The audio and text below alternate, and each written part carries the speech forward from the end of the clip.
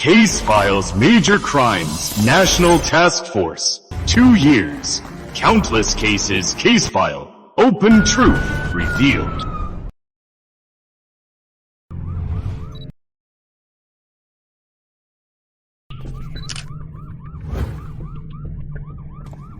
Frank, what is the situation? Confirmed headless female. First finder is the wife of Chairman Woods. This morning, passed the market, smelled a stench, then found it. So far, we have no other leads. Where's the new guy? Where did he go? Probably throwing up. After all, he was just a traffic cop. Just transferred here and got this case. There are obvious drag marks. This isn't the crime scene. That is no proof. Who are you? I am Michael Yates. So you are the new guy. Go on. Right in front of the trash can, there are obvious bloodstains. On the wheels too. So, this is the body transport. The park ahead is the crime scene. I am Michael Yates. I am not sure if I am a time traveler or a reincarnate. Once a detective with the Central Squad. Freeze!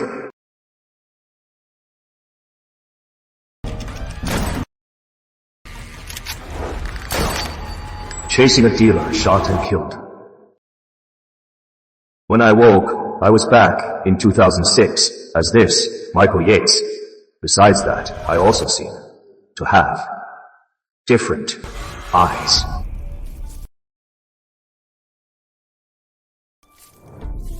In the woods, found burned clothes and lots of blood. Probably the crime scene. Michael, your thoughts? Based on the temperature and body changes, the victim died 10 to 12 days ago. Rough neck wound. Weapon? Probably something like a sharp rock. Initial assessment, crime of passion. If you handle this case, how long to solve it? Captain Yang, we've been ordered to solve it. 10 days is enough. Alright, for this case, we formed a task force. We also invited Captain Lin to help. Since you said 10 days to solve it, Captain Lin, I'll give you the chance to lead this task force. Captain Lin, it can't be. Who said 10 days to solve it? What are you doing here? Captain Lin, this is our new member. He is brilliant. Also, he has insights on the case. I am planning. You two know each other. No. Then meet each other.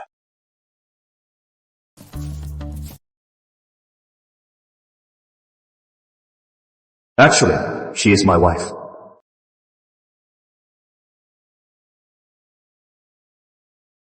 To be precise, she is my nominal wife. Michael and Sarah met through Sarah's parents. After just 2 days, he was asked to marry in. No feelings between them. After marriage, Michael tried to get closer to her, but Sarah was resistant. They lived a sham marriage.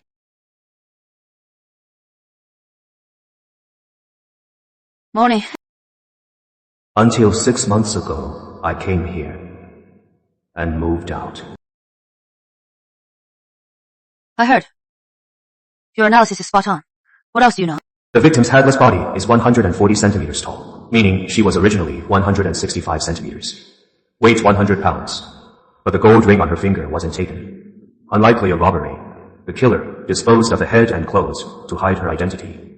But so far, no one reported it. She has no relatives or even friends in the area. If that is the case, where should the head be? I think it is around here. Get a K9 unit. No need.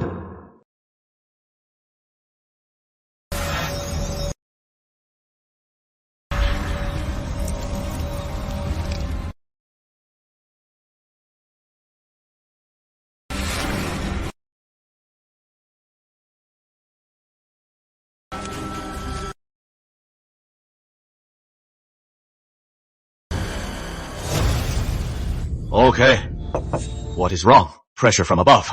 This case was witnessed by Mrs. Woods with her own eyes. So, we must give an explanation. Oh, right.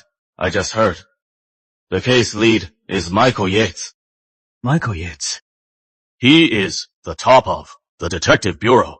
Exceptional detective. It is him. Found the crime scene. Also found the victim's head. Michael Yates? Is that our son-in-law? No way. He couldn't even make traffic police, let alone detectives. Yeah. Michael hasn't been back in 6 months. Not even a phone call. That is because you slapped him. He made me so mad. We got him a job in traffic. He wouldn't work hard. Michael has no ambition. Sarah doesn't like him. Let them get divorced. Fine. Let them divorce.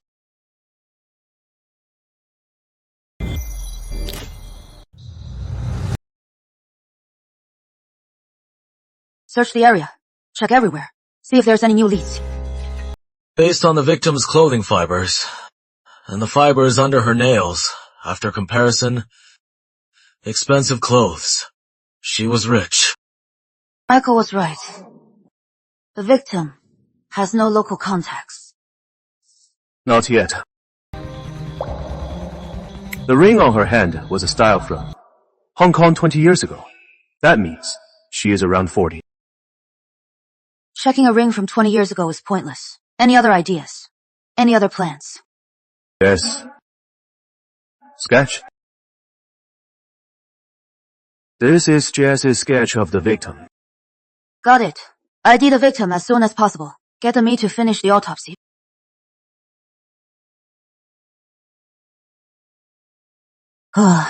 Wait. I need to talk to you. About the case. Sure.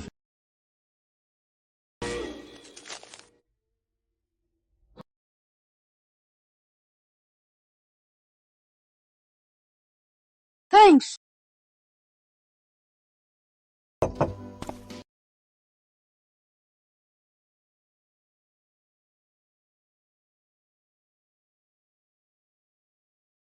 Still mad at that.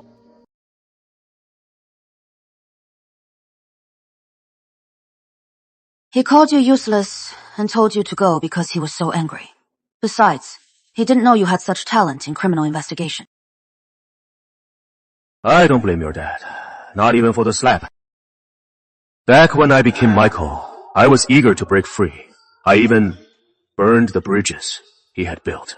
Can't blame him. So, you still want a divorce. Is that right? Didn't you want to divorce me? Or should I say, you never wanted to marry me? You were just forced by your dad, so you hate me too. I don't really hate you. All right, Captain Lin. We have 10 days to solve this. Talking about this won't help the case at all. Let's focus on the case. Based on the evidence, it is likely a crime of passion, but I don't think so. I suspect the killer is extremely violent. We must catch him as soon as possible. But what do you think the killer is like? I don't know much, but it is a man, and he is brutal. There is another place with possible leads.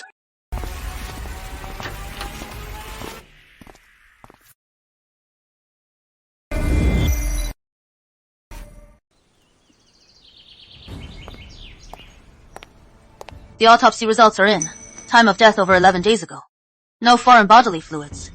No signs of sexual assault. But we can't rule out the killer used a condom. There aren't even any cameras. It has been so many days. Not sure if there are clues. The killer disposed so crudely.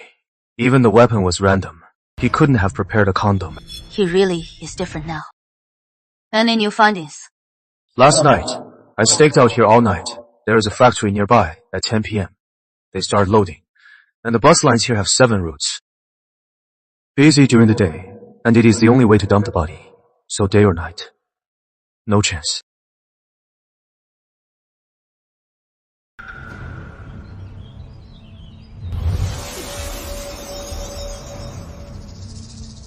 What is up? On this billboard, there is blood and scuff marks. The victim's head wound was likely caused by hitting this. I'll have them collect evidence. Jess, Frank, over here. Suppose they took the same bus, got into a fight. After getting off, he attacked her. How could the driver not notice? Do you think the time could have been even earlier? 20 days ago, I remember the sleet shut down the city for 3 days. If it was then, no witnesses. Makes sense. But that is way off from the autopsy report. Current tech isn't advanced with the weather. It is possible she died earlier. Do you remember the victim's sores? I think they might be frostbite. But what was the killer doing outside? Maybe because of work. He had to go out. Her head was in the tree. We thought the killer is good at climbing, but hanging it, though hidden, isn't as safe as burying it. So I suspect he is not smart, and maybe drunk. Does he have a car? Jess, Frank, look into this. On the 20th last month, when the city shut down, check the bus operations. Also, check if the driver saw anything.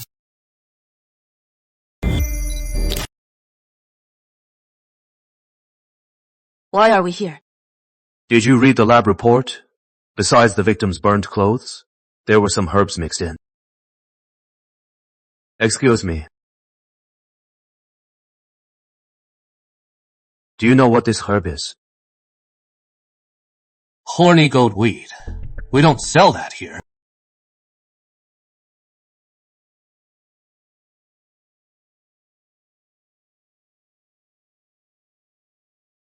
Do you know about the headless body? We're investigating it. I see. It is an aphrodisiac. Only sold at specialty stores. Do you remember last month? During the snowstorm, a woman came in here asking for this herb. Now that you mention it, I remember. Last month's snowstorm, hardly anyone came. A woman in her 40s or 50s came in asking for this herb. She was short, average looking, but seemed wealthy. She wanted something extra strong. Joked her husband couldn't perform. I recommended another shop, but that day, the pharmacy inspectors came. I don't know if she got it. Not long after she left, I saw her heading to the park, towards that bus stop.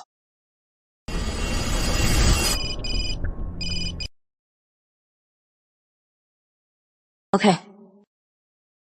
Got it. According to records, only Route 6 was running. Its terminal is University City. Thanks.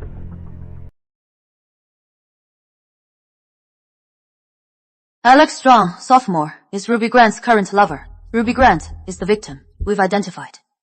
48 years old, from Southridge, 3 years ago, moved to Bayfield. She lived 70 miles away from the campus, but had many lovers. So when we showed just a sketch of the victim, many recognized her.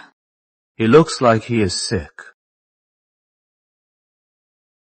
When we found him, he was in the hospital for ED, but don't let his appearance fool you. He is 6'1" and in great shape. At school, he won first place in the climbing obstacle course.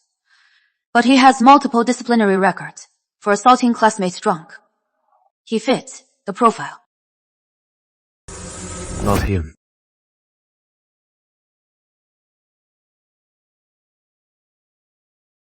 He fits all the criteria you mentioned for a killer. He had a motive. Why do you think he is innocent? Do you remember when they visited the hotel? What did the staff say about her? Ruby Grant was a wild one. She'd humiliate him, make him kneel, slap his face. To play along with her, Alex Strong has two possibilities. First, he is a pervert and enjoys it. Second, he is desperate for money. Then why can't he be the first? Because of the shame, that look. You've seen it on my face before. Does it look familiar? Michael. I didn't mean that. When you were interrogating him on his face, he clearly showed shame. That instinctive reaction can't be faked. Fine. Even if he is the second, couldn't it be because of the shame that he snapped? Then why didn't he take the gold ring from her hand? He is so desperate for money, even if he snapped. When dismembering, he'd have taken the valuables. Besides, even if he killed her, why this way? You have a point. All right. I'll go talk to Alex, after all, at his age. With a beauty like you, he might be too shy to speak up. All right. Got it. I'll go confirm Ruby's DNA.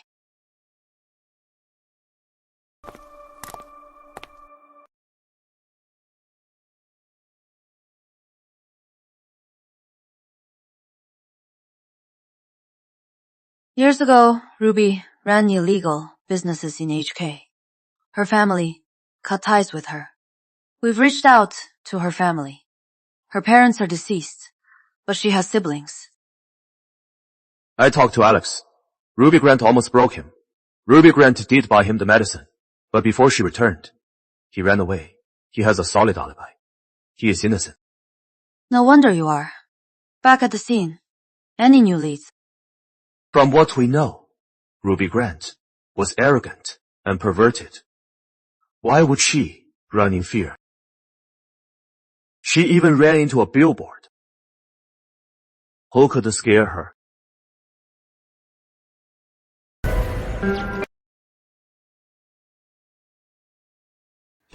You going to the scene I can understand.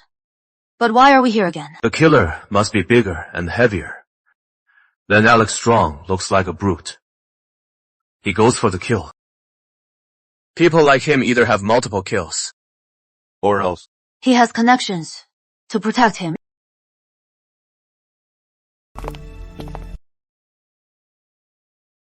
Mr. Grant. Detective, what brings you here? About last time? Any updates? We're here today about something else. We received a tip that someone here is extorting money. Extorting money from you. Is that true? Mr. Grant, we're here because we have proof. It is up to you to put them away. Of course I do. Roger King is a scumbag. For this shop alone, I pay him $200 a month for the whole market. How much does he take? Last month, the snow day. He came by, right? Yeah, times are already hard. He still robs us. What a scumbag! Describe him to me. His looks and personality. About 5'9", all muscle. Looks like some mountain bandit. Loves drinking. Gets rowdy drunk. Last month, he hit on a lady. 4 or 5 guys couldn't take him. He has connections. We can't do anything. We just avoid him.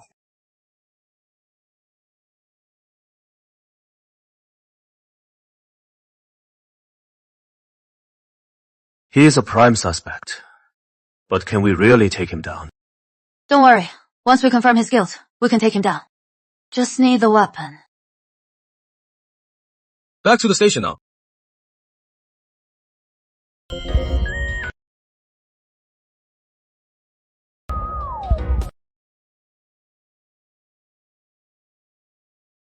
Why are you hiding here? I am here to relieve you. Didn't we say to watch the scene in case the killer returns? Also, change the chains. Snow chains. That is it.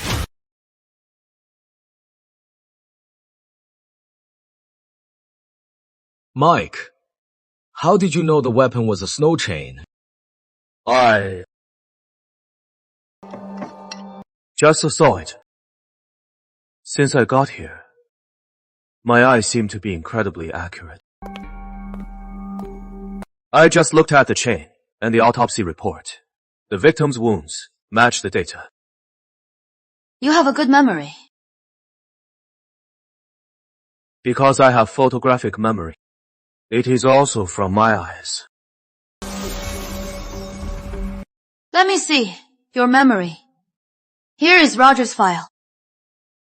No time to read it all. It has been too long. He might have destroyed the evidence. We need to. We should. Arrest him now and search his place. What is the charge? What is the charge? Abuse of power, corruption, harassing citizens, sexual harassment. Mike, are we really using these charges? Isn't that internal affairs? If they can do it, so can we.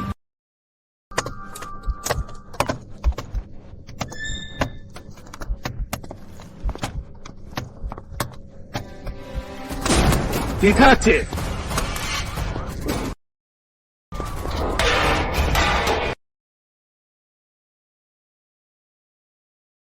What are you doing? Taking you in. Why are you arresting me? Well, about the charge. I hadn't decided yet. Now I know. Assaulting an officer.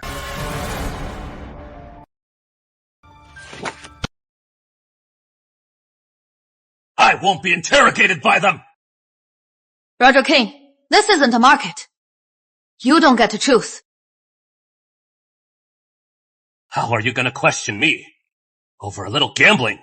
My sister and brother-in-law will come to my rescue. What about the headless corpse case?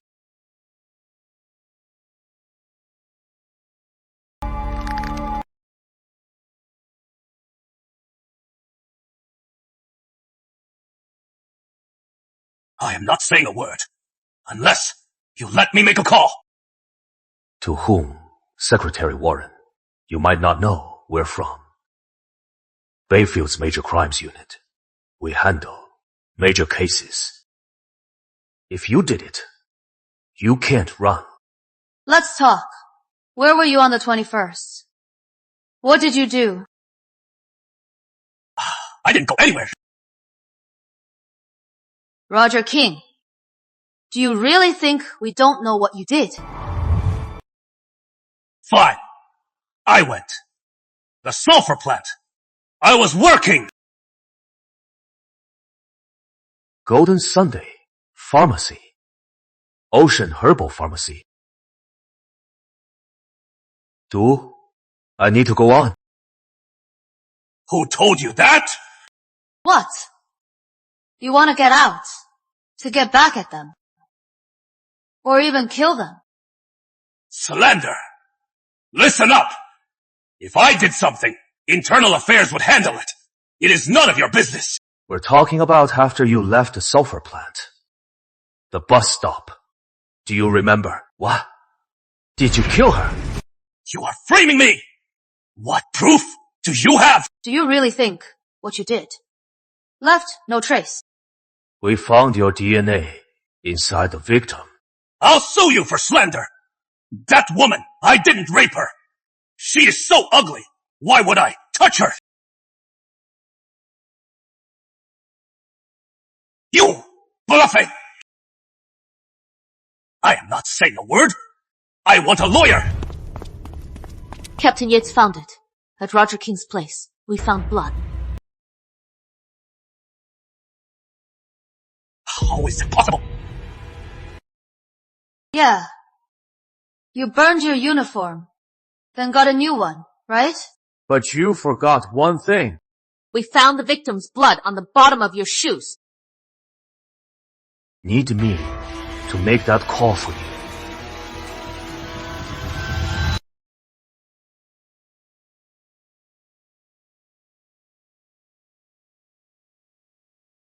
Mike, Roger King has confessed everything. On the 21st, on his way back to the company, it was snowing heavily. He got out to put chains on. He ran into Ruby Grant, who was waiting for the bus. Then, Ruby Grant, arrogantly, demanded a ride home. They got into an argument. Ruby Grant hit him with her shoe. Roger King hit her back with a lock. During the fight, she hit a billboard near the stop. She fell down. Roger King rushed over and beat her to death.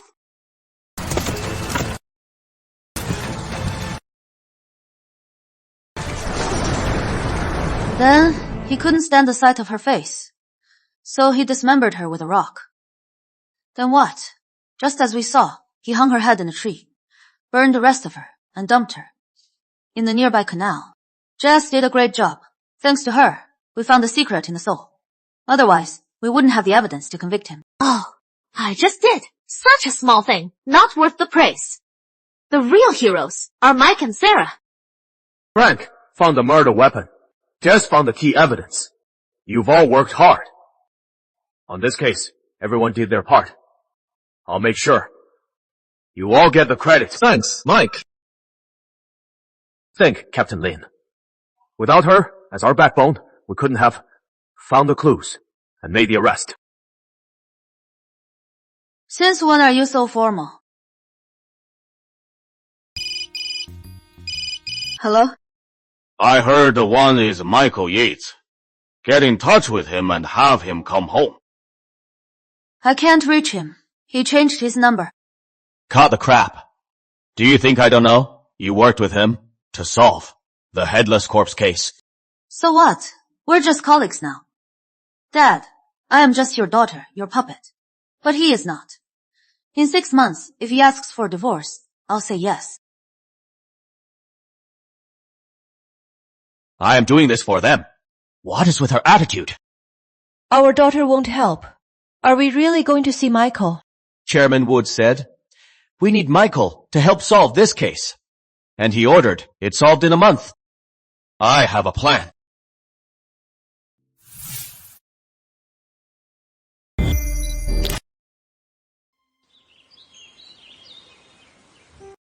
Cheers!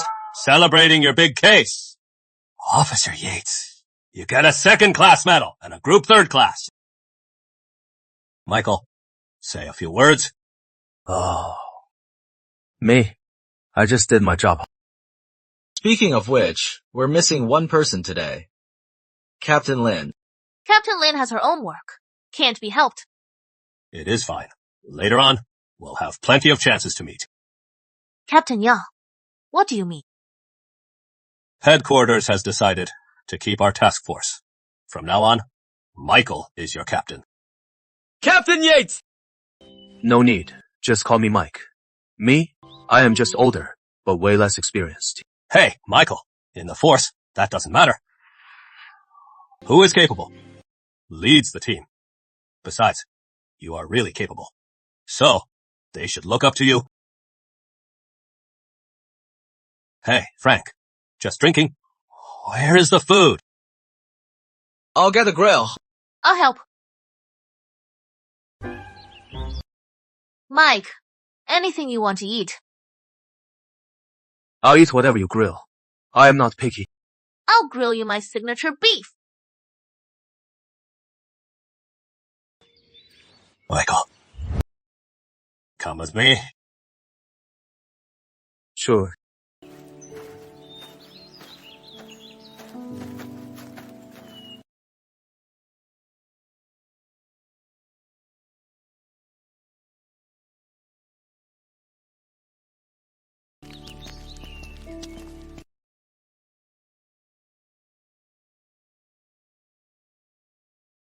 Michael, why didn't you tell me Chairman Lin is your father-in-law and Captain Lin is your wife? They're both the same. They want to make it on their own. How have you been? Not bad. Chairman Lee. Chairman. Michael, there is a tough case in Clearwater County. It is a murder with a dumped body. I want to assign this case to your team. Are you confident? You are too kind. Clearwater County is under Bayfield City's jurisdiction. I am duty-bound. This case, I'll solve it in 10 days. Michael, don't make promises you can't keep. Normally, the golden window for murder cases is 10 days. After that, it'll likely go cold. So, I give myself 10 days. Good. I am assigning this case to you. One solved. I'll recommend a first-class medal. Sure.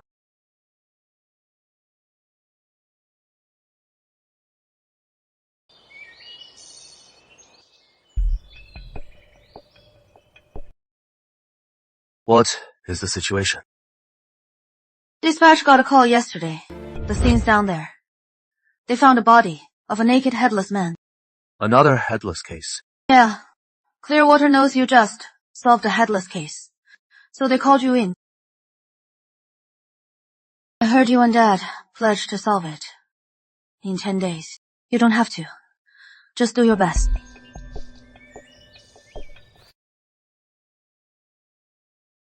How is it going? The officers and me processed the scene.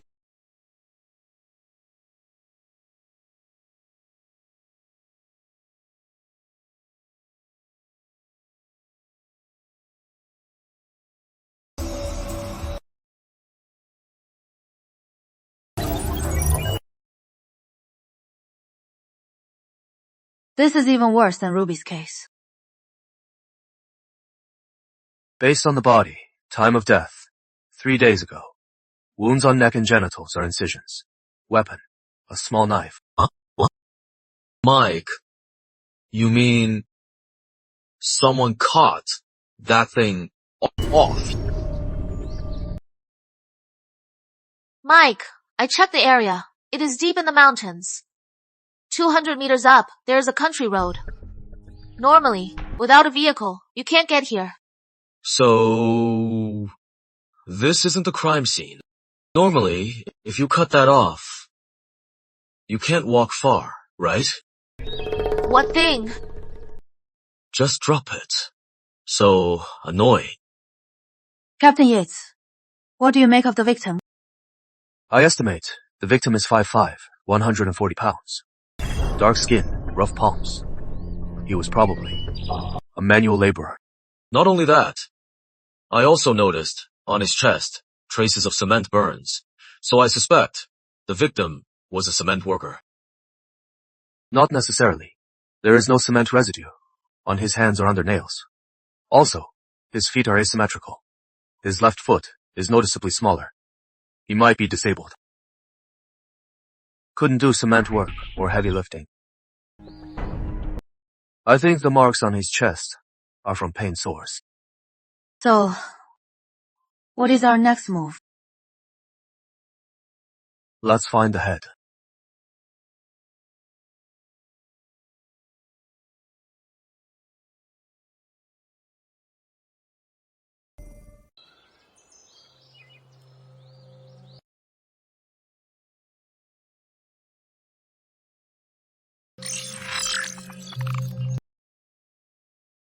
Mike, we searched everywhere.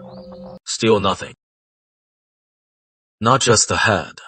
Even his, it is gone. Well, in the middle of nowhere, his probably taken by wild animals. Not surprising. Hey, Jess, what did the caller say? He said he was hunting. His dog kept barking, so he thought it found prey. He let the dog off the leash and followed it here. He said if not for this place would see no one for months. I just checked the area. Only the main roads have cameras. One thing's odd. There are no footprints. How did the killer dump the body? Is it possible it rolled down? The slope is full of thorns, but the victim has no obvious scratches or wounds. Is it possible the body was wrapped? If the killer used a motorcycle, the body, it must have been wrapped and tied to the bike. Makes sense. If the body was wrapped, when dumping the body, just spread the cloth, grab one end, and let the body slide down. That way, neither the body slide down. Would have scratches. I'll check the cameras. Captain Lin, I think the killer is smart, knows the area well. Probably a local also. And has a car. Agreed. I'll follow your lead and talk to the village chief.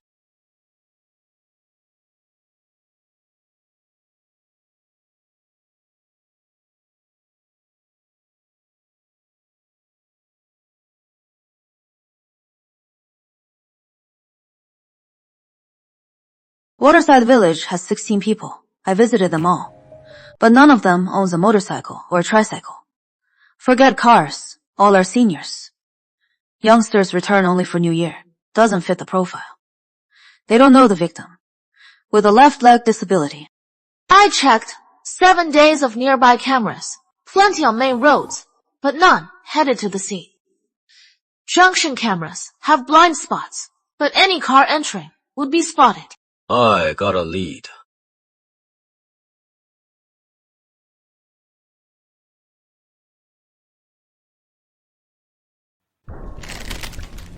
We found some blue fabric. Send it to the lab.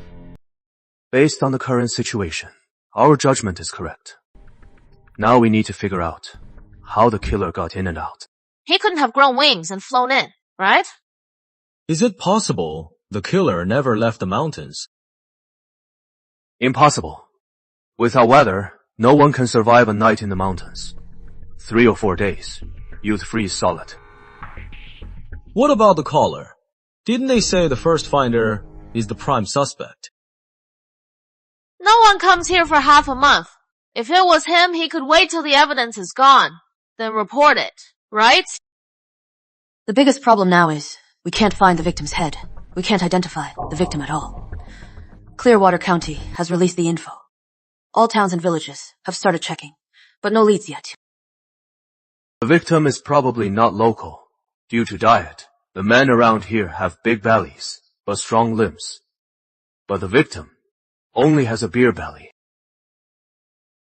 Keep checking the cameras. Check the nearby villages. Also, bus stations, train stations.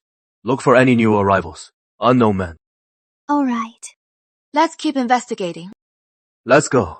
Canvass the nearby towns. All right.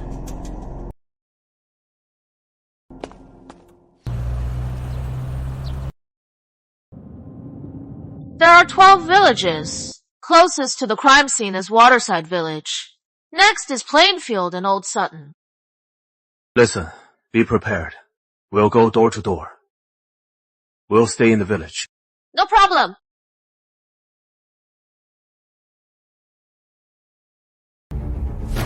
What a maniac! Why did he suddenly swerve into our lane? Captain Yates, if not for you, we'd have crashed. Jess.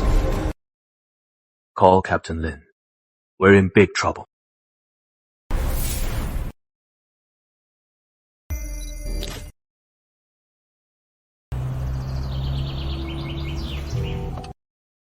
You guys okay? We're fine, but what happened? On our way to the village, we met a car trying to overtake using our lane. We almost crashed. It was nothing major, but Captain Yates saw some girls tied up in the car, so we gave chase. Are they human traffickers?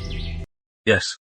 He confessed he has trafficked hundreds of women and kids, most of them sold at Southridge border. Originally, because Bayfield cracked down hard on trafficking. They didn't dare. But coincidentally, someone in Old Sutton sold his daughter. So they thought they'd come back for one more score. Michael, you just made a huge bust.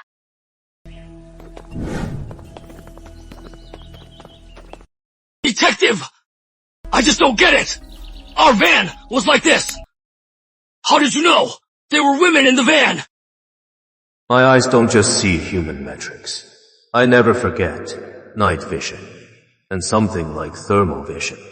Of course, I saw. Are you looking down on our abilities? I didn't mean that! Detective, am I facing the death penalty? Is there a way to reduce my sentence? What else do you know? I can lead you to the other traffickers and our contact. Let's hear it. If you can make a big bust, we can help you apply.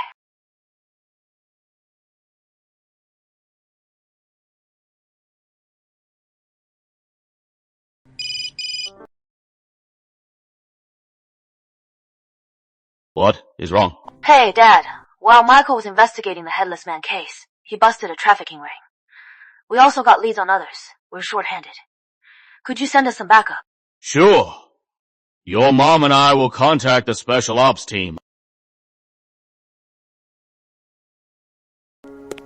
Looks like our son-in-law is better than we thought.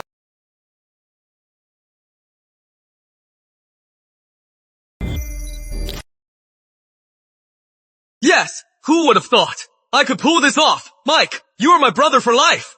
From now on, I am all ears! Come on, don't be silly. Let's go back.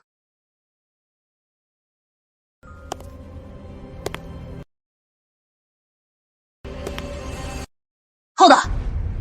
Is someone missing? Why is there one missing?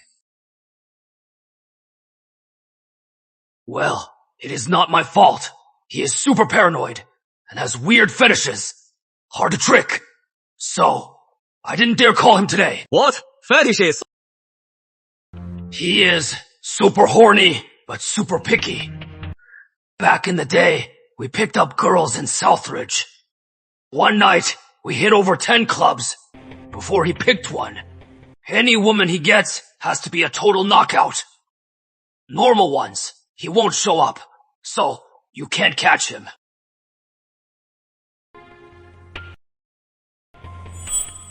What do you think of this detective? She is a total knockout, but One Eye is dangerous. Are you sure about this? Cut the crap. Call One Eye. Tell him to bring everyone. Maybe the detective needs a change.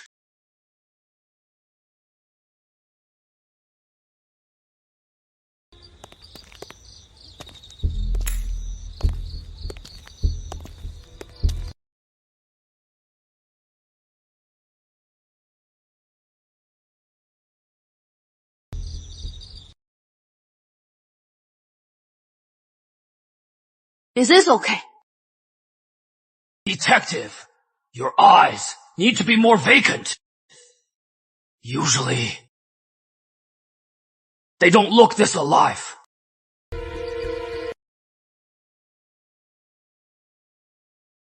Is this okay?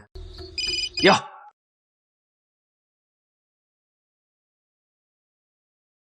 They're here. I'll go stall them.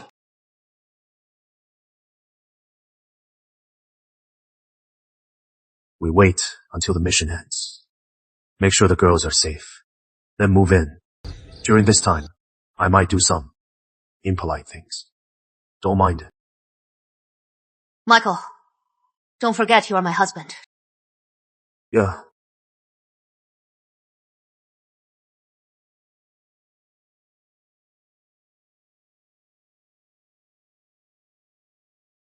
Where is the woman in the photo? She is inside. Such a beauty. How could the boys resist? They've been having fun for days. Don't break her. If she is broken, I don't want her. Joe. Oh. This must be One Eye. Hey, bro. Hey. Let me see your face. Just as I thought, she is a total knockout. Hey, bro. Cash on delivery. Before I see the goods. You can't touch her. Bring them all out. There is only one woman. You'll have to make up the difference. 800 each. Bro, I am bad at math. 800's tricky. How about $1,000 each? But these girls, you haven't touched them, right? Don't worry. We got here a few days late. Just got her. Haven't touched her. All right, bro. Bring her over. Me and her. We'll wait inside. What are you waiting for? I can't wait any longer.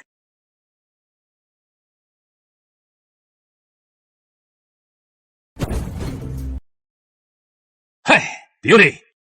Huh? Is that all of them? Hey, take it easy. You checked them out. Now I check you out. Hey. You trying to cheat me? Listen up. If I can't even touch her, I am calling off the deal. Fine.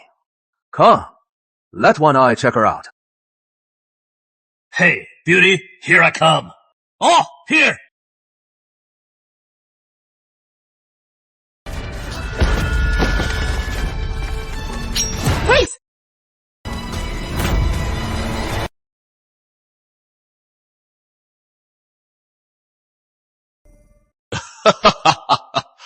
That is great. Everyone on the list is caught. No one got hurt. You saved so many. You are absolutely amazing. I'll be there first thing tomorrow. Hey, are you at the division now? I am on my way. All suspects caught. They're back at the division. Michael stayed in the village to keep investigating the headless body. Hey, that case has a 1-month deadline. No rush, me. First thing tomorrow, I'll apply for the Heroic Service Medal for you. But this one takes half a year. But it is okay. Take 2 days off first. You've worked hard. Michael said he promised to solve it in 10 days, and he will do it. Good. He is a good kid. All right. After you close the case, I'll give you a few more days off. Great. Who knew? Michael Yates would be such a gem. We picked him because he is an orphan with no connections. Hey, who knew he'd be such a surprise? Hey. But now, they're divorcing. Speaking of which, has Sarah mentioned him lately? Do you think there is still a chance for them? I wish. Sarah grew up by our side, always well behaved. What if she gets cheated on? What then? Back then, I picked Michael because he is an orphan, so I thought he'd be a good match. But back then, he was so unambitious. Not just Sarah lost interest in him. We were disappointed too. It is his fault. He had no interest in traffic, but he never told us how he really felt. That is why we kicked him out. After we close the case, we'll find him and have a talk.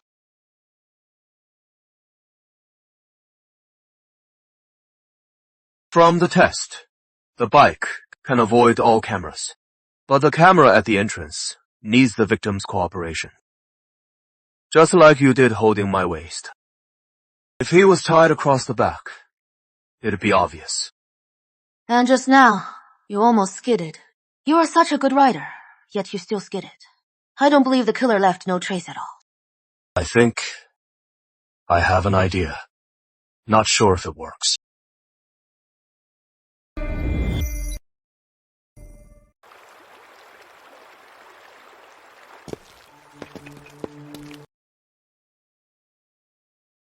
Do you really think the killer pushed the bike down the hill? A bike that big can't be hidden. And besides the bike, there's no other way. But the tire tracks are one way. The only explanation is the killer ditched the bike and walked down.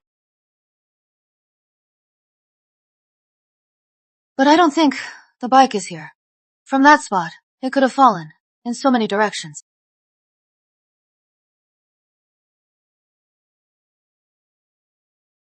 What is that?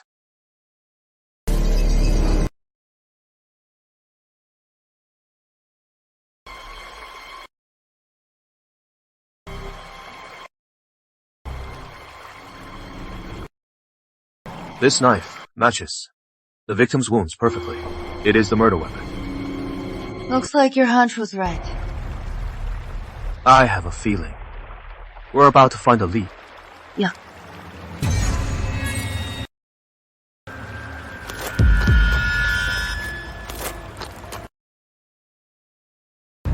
What did you find? We found the victim's head. It is terrible. This victim is so tragic. Even dead, when the killer dumped him, it was so precise. A broken log pierced straight through his head. Hey, stop it! Just seeing that gives me nightmares. Mike, based on the victim's skull, I drew the sketch. According to the autopsy, I can't imagine what grudge the killer had. What did you say? Explain. The victim was still alive when his genitals were cut off. The killer waited for him to bleed out before dismembering him. Oh, that is some serious hatred. But even with the sketch, finding him is like finding a needle in a haystack. The victim, had his tonsils removed. There aren't many places that do it. None around here. I think we should check Northport City.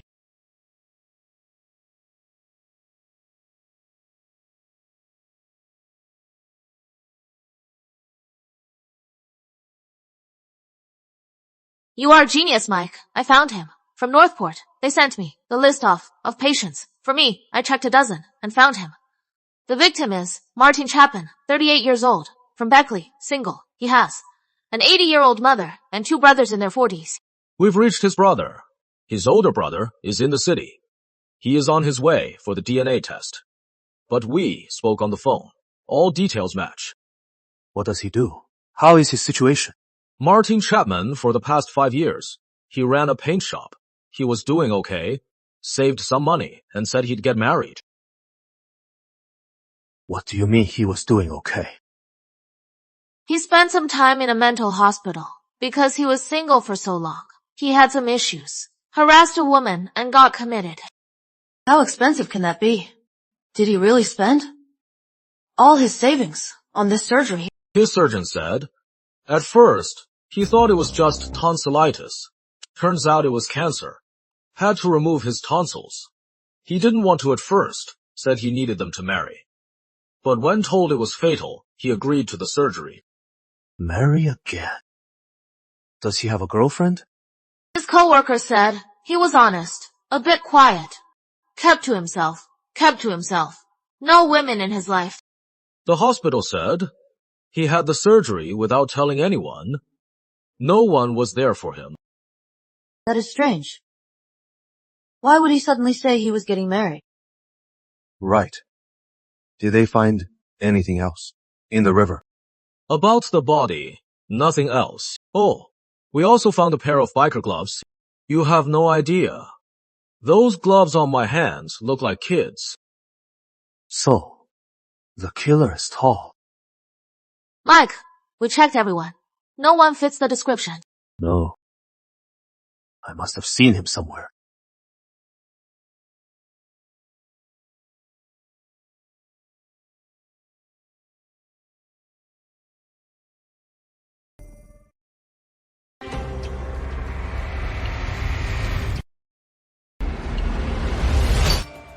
Found it.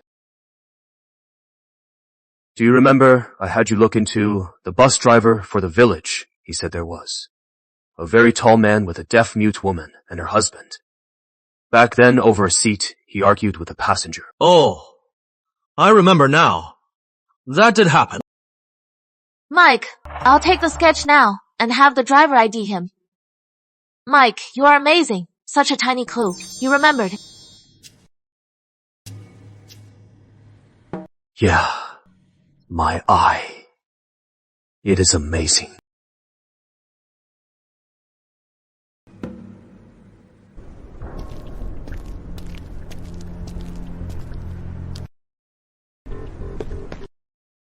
Captain Yates, the driver saw the sketch and recognized him.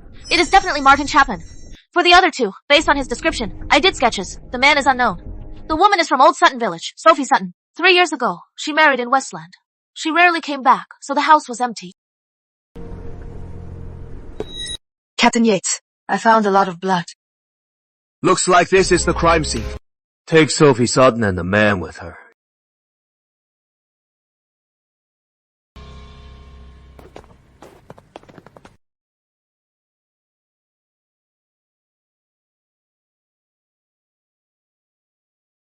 I heard. Our team caught you at the train station. What? You trying to run? Number. Now that you found me, I feel relieved. Over the years, I helped him do so many bad things. I guess I was waiting for this day. Now, I can finally be free. Looks like you know why. We arrested you.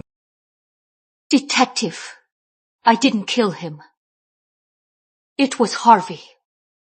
Over the years, I helped him scam so many and kill so many. Finally free. Sophie Sutton, tell us everything.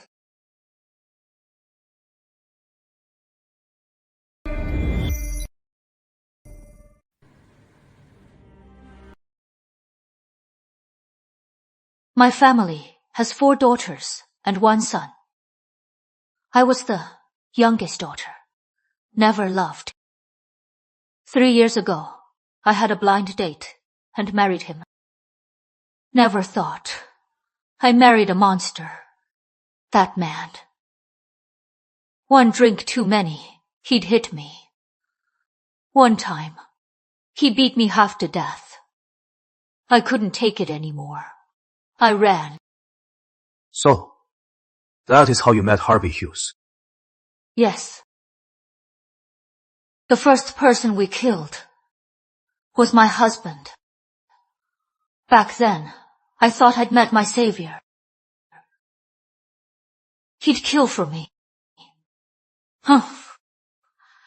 Never thought I'd find out later for me. Tell us. How did you meet Martin Chapman? And how did you kill him? Harvey met Martin first. He knew he wanted a wife. He made me pretend to be mute. Martin Chapman seemed like a nice guy. He had some money and spent it on me. We planned to quit after this one. Unexpectedly, not long after, Martin came back, saying he was broke. Harvey flew into a rage. He said he'd kill him. You must have failed before. But why was Harvey so angry? You slept with him. How did you know? Martin Chapman seemed honest, but he was a schemer. Said he'd take me home before the dowry. He wanted to sleep with me. Later, during the holidays, he went home for money. When he returned, he said he was broke. He was really sick. Cancer. He needed surgery. It doesn't matter. Harvey had me lure him home. I did it. He killed him, chopped him up, dumped the body. But the dump site was my idea. Why didn't he go down with him over the cliff? Done and done. So the bike wasn't thrown off. It was an accident. That is unexpected. Tell us, you helped him kill so many. How many exactly? 21. That is all I know.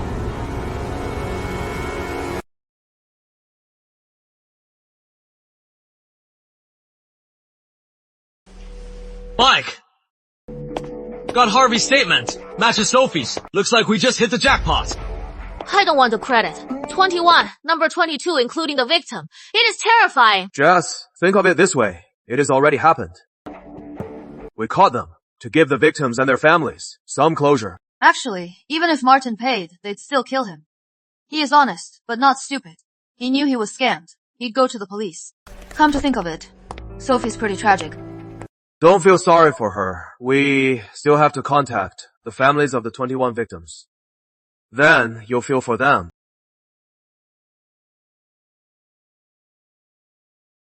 Hello? Michael, are you free tonight?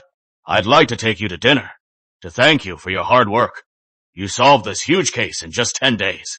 You're too kind. It is our duty. Dinner isn't necessary. It is not just me. There are provincial leaders. They specifically asked for you. Later, I'll have Sarah come with you. Yes.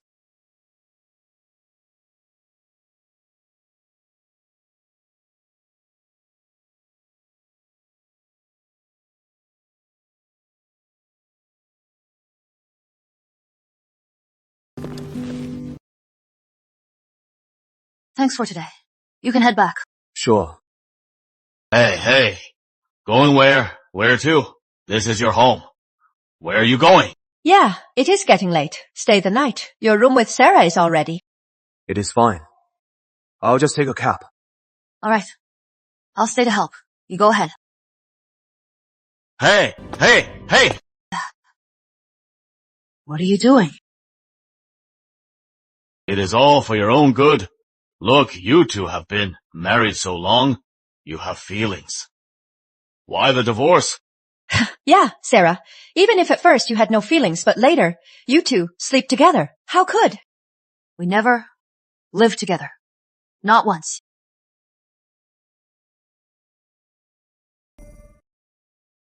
What? You two got married, had a wedding, lived under one roof, shared a bed. Every night, what did you do? We slept in separate rooms.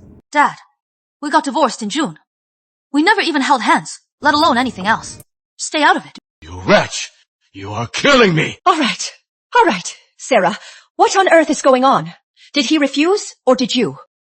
I asked for it. I thought, after the divorce, we can each go our own way. Is this what you taught her? My good daughter, I see. Before the wedding, Mike was so good to Sarah. And to us too, but after marriage, he actually grew more distant. Turns out, our daughter crushed his pride under her feet. Sarah, this time, you really were wrong. Was I wrong? Dad, don't you remember when he said he wouldn't take the exam and you kicked him out? If he hadn't joined the bureau, made a name, would you even remember him? Yo. All right, don't upset your dad. Dad, Mom, I don't mean to defy you. All my life, I've always listened to you. Now, I just want to listen to my own heart. You really have to get divorced. Fine. If you dare get divorced, you are no longer my daughter. Don't come back.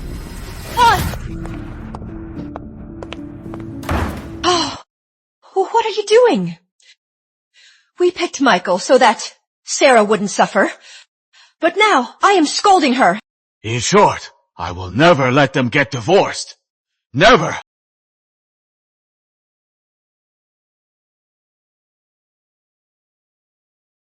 Chairman Lin, what brings you here?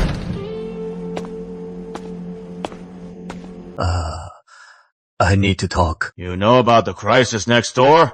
They need you to handle it. Tell me what it is.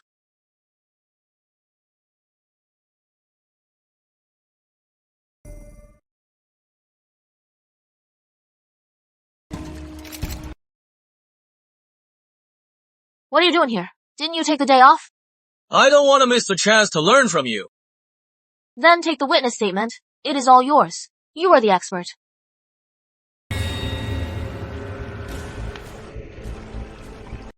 When an animal dies, it triggers a protective instinct to warn others of danger. Humans are the same. So the smell is stronger. Even hidden in concrete, you can smell it. You don't seem like a rookie. Are you really a prodigy? Oh, right. Once they finish, we'll be up next.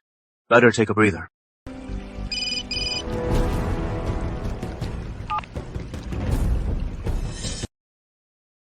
Mike! Captain Lin, the caller, is a river cleaner. These 2 days, the weather changed, so they cleaned the easier spots. But today's warm, so they came to check this area. Then they noticed this area smelled terrible. They saw the bag, opened it up, and found maggot-infested arms. A dismemberment. This bag looks way too full. Besides the body, there must be something else. Is the meat here? Can we open it and check inside?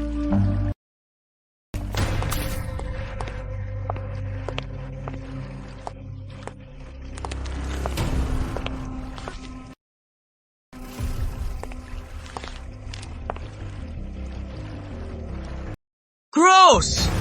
How long has that been there? Wait. The body. No head. No, I can't.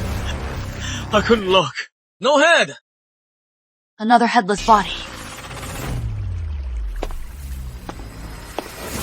On. We're heading upstream in a bit. It is full of river stones. These stones, I just asked the local detective, he said. 4 kilometers upstream from here. Has these stones. Let's go. Move out.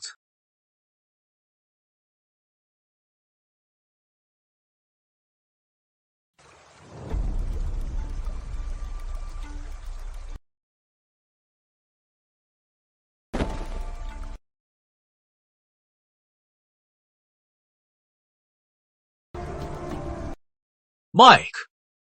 We searched everywhere nearby, but no head. Maybe get a K9 unit. It is useless. It is probably not here. When the witness found the bag, it was intact. No damage. The zipper was fully closed. Therefore, it is probably not here. The killer must have hidden the victim's head somewhere else. This killer is brutal, chopping the body into pieces, not leaving us any clues. Even though the body was cut into 41 pieces, the clues remain. Wow, Mike, you counted them. I have to say, you are kind of creepy. Can I tell you that with these eyes? I just know at a glance. Captain Yates. Any findings? The victim is female, 5'3" tall, age and weight unknown. However, on her hip, there is a tattoo. Can I borrow your pen? A tattoo on her hip. That is weird. Normal people wouldn't get a tattoo on their hip.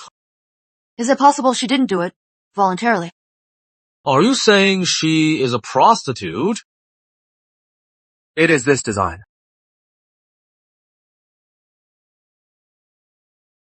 Mike, I have an idea.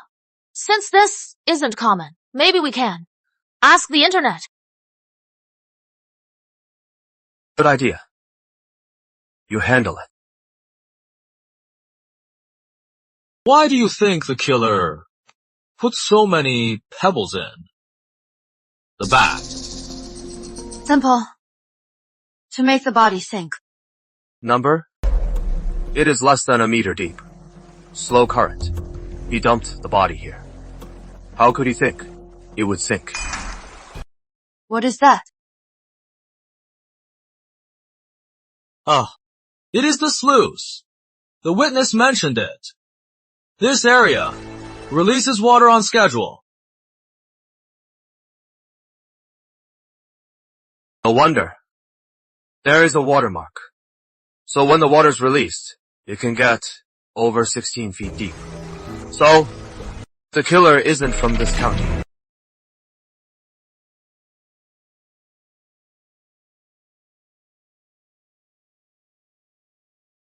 Based on crossfield surveillance footage. The crime scene has no cameras. We interviewed the villagers, but found no leads. However, we got news from forensics. This woman had a child. I've uploaded the tattoo to the internet. There are all kinds of theories, but no solid leads. Breakthrough! Breakthrough! Mike, you said, the killer must have a vehicle. I asked the villagers. Indeed, on the 3rd of April, they saw a white van there. A white van? That is way too vague. I am not done. It was beat up, shook when it moved, left headlight out. Get traffic division. Check the city's white vans. Focus on Crossfield County. Got it.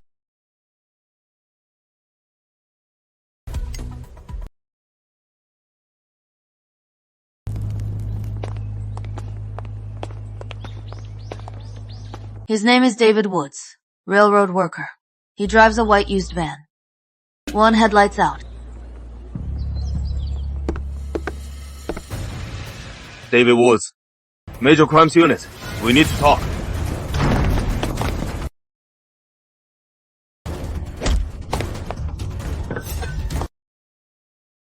Come any closer, and I'll kill you! Courting death! Calm down now.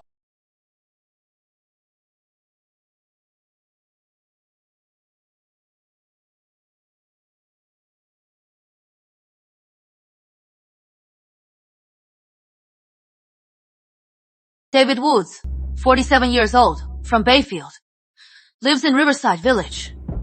5'9" tall, 160 plus pounds. Fits our profile. Something doesn't add up. David Woods, do you know why we arrested you? Yes. I stole state property. Are you gonna kill me? What did you steal? Railroad steel. David Woods is wasting our time. He just stole something. Why run so hard?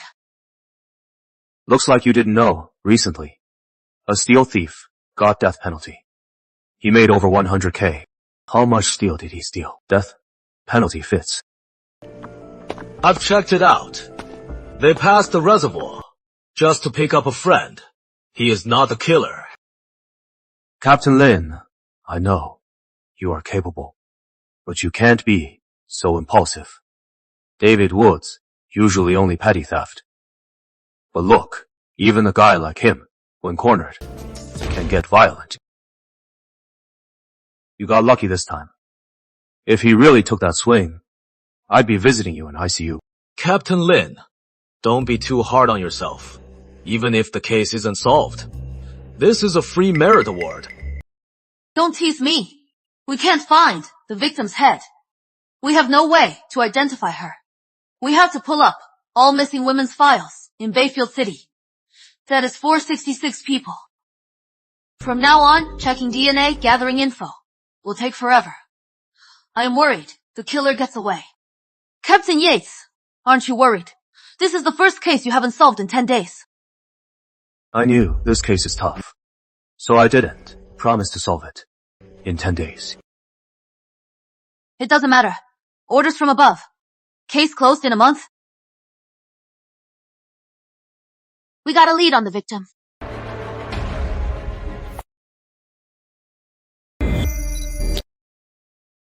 Back in 2003, someone at Sunnydale's massage parlor saw this tattoo. And not just one. All the masseuses had this tattoo. At Sunnydale Spa. How could they see the tattoo on her hip? Captain Lin, you wouldn't know. They're being polite. They're prostitutes. These spas mostly have legitimate signs, but they're fronts for prostitution. Take this tattoo. Most likely, these women didn't go to the spa voluntarily. They were trafficked. These tattoos are their marks. You know a lot. I was a detective for years. Okay. I've done the research. Over the past 2 years, Sunnydale has cracked down hard on prostitution. Now these places are legitimate, no prostitution. I checked with them. There is a place called Sunnydale Spa. One of their masseuses has been missing a month. Matches the victim's description. DNA is being tested. Tell me about her. Does she have kids? Her name is Emily Warren, from South Lake, 27 years old, 5'3" tall. She worked at Sunnydale Spa for many years. Then a boss bought her freedom. She got married and had kids. Then she got divorced and went back to Sunnydale. She was arrested for prostitution. After release, she got trained and became a real masseuse. Sounds a bit odd. Yeah. If she didn't go voluntarily, why did she go back?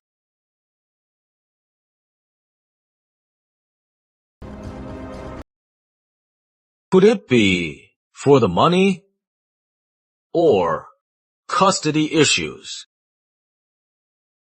Let's go find out. We're heading to Sunnydale.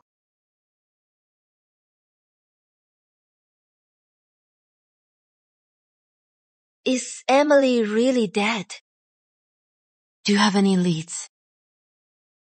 I just don't see how Emily could have enemies. How could she be dead? Did Emily like gambling? Gambling? You mean cards? Em really loved playing cards. But she was lucky. She almost always won. Not only that, if someone needed money, she'd lend it, no interest. She was very generous. Everyone loved her. Could it be because she kept winning and got targeted? That is impossible. Em always had bodyguards with her. Are all these hers? Yeah. Is that suitcase hers too? Yeah. When Em came back after the divorce, she only had the suitcase. Everything else was bought later. When Em was bought out, I was really happy for her. Even though he was older, he truly loved her. Do you know why they divorced? She never said why. But she kept saying one thing, all men are scum.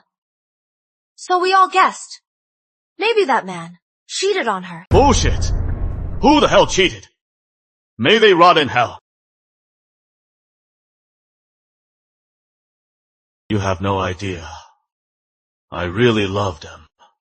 From the moment I saw her, I fell for her. Then I found out she was trafficked. My heart broke for her. You know, the girls here can't just leave. I pulled strings and paid $30 K to get her out. Then why did you divorce? I don't know why. We were doing fine. Em and I got married back home. She gave me a healthy baby boy. I found her birth parents. She has a sister. Somehow, word got out about her past. So, you divorced her because of the gossip. Come on. I am not like that. Hey, I wanted to take her and the kid away. But one day, she insisted on divorce. Right after the divorce, she vanished. I searched everywhere, but couldn't find her. She went back to Sunnydale Spa. No way. She hated that place. Detective, what happened to him? Do you know who this belongs to?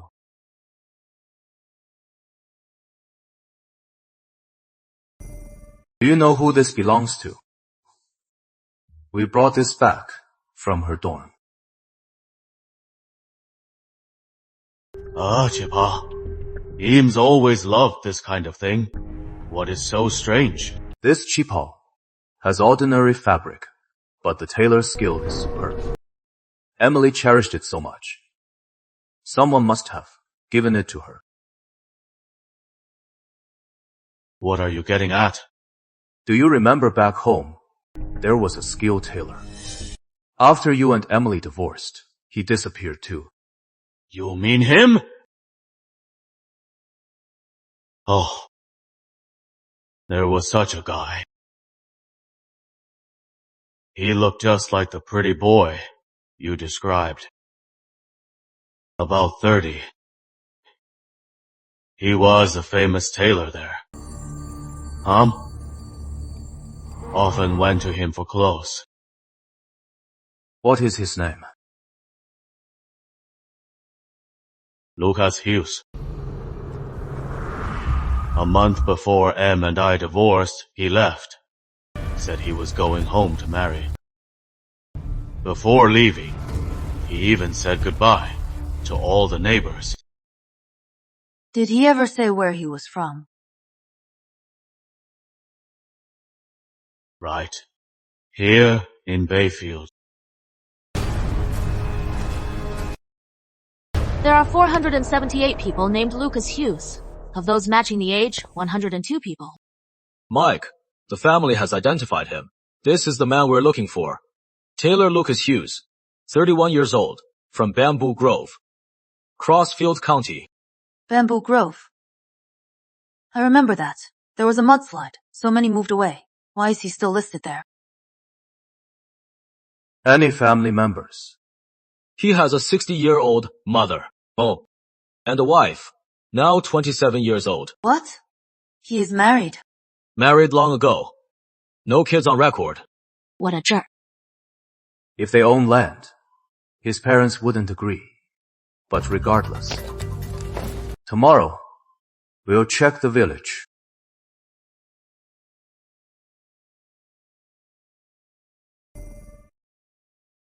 I checked. Lucas Hughes' family was indeed among the few who stayed when Bamboo Grove moved. One of them, because their location is special. Also, safe from mudslides. They're rich.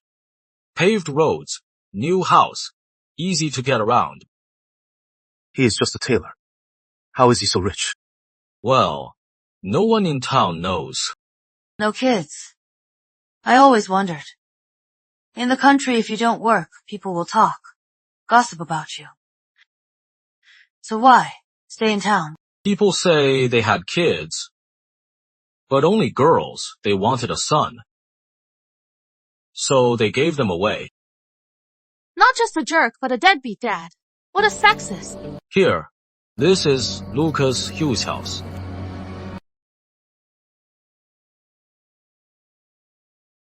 Something's wrong.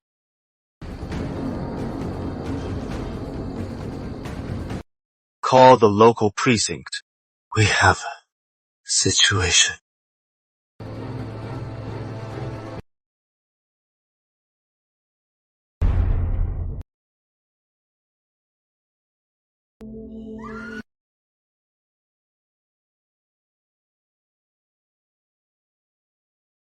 Captain Yates.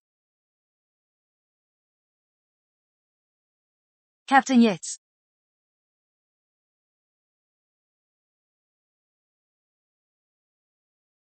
There is more in the kitchen.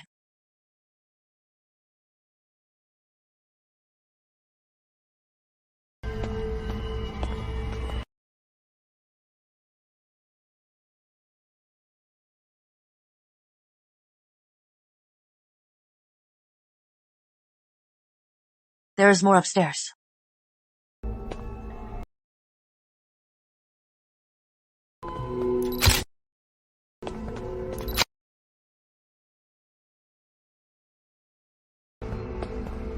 Who could hate them this much?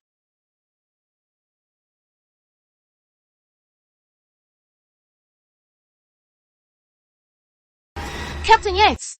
I found a note in Lucas Hughes' mouth. What does it say? Read it. I am Emily Warren. If you are reading this, my revenge is complete.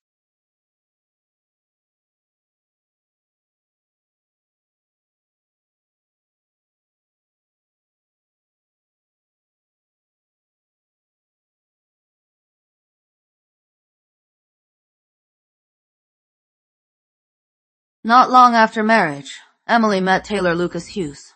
The two of them started an affair. Emily wanted a real relationship, so she got divorced. But she never imagined Lucas was already married. Lucas and his wife set her up and sold her back. So she hated the Hughes family and wanted revenge. Honestly, Emily's really tragic. That spa was a den of vice. She endured abuse. She barely escaped, only to be sold back. No wonder she took such revenge. Actually, Mr. Woods is the real victim. Think about it. All that hard work raising a kid, only to find out it is not even his. And Emily cheating on her husband. So, in this case, she is no saint either. Mr. Woods was her lifeline. Of course she'd cling to him.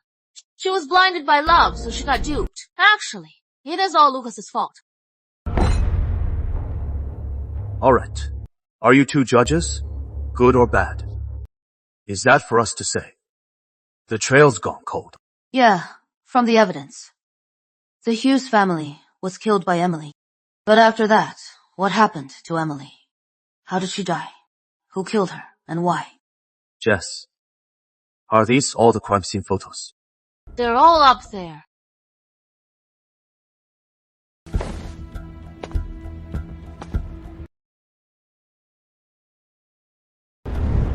There was a fifth person.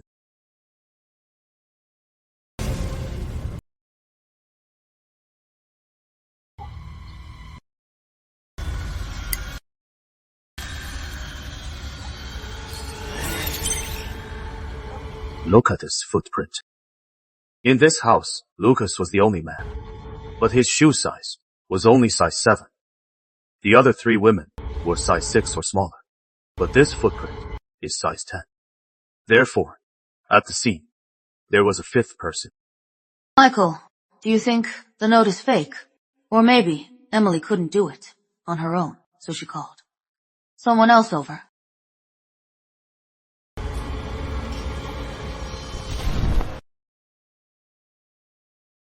Let's try to reconstruct the path.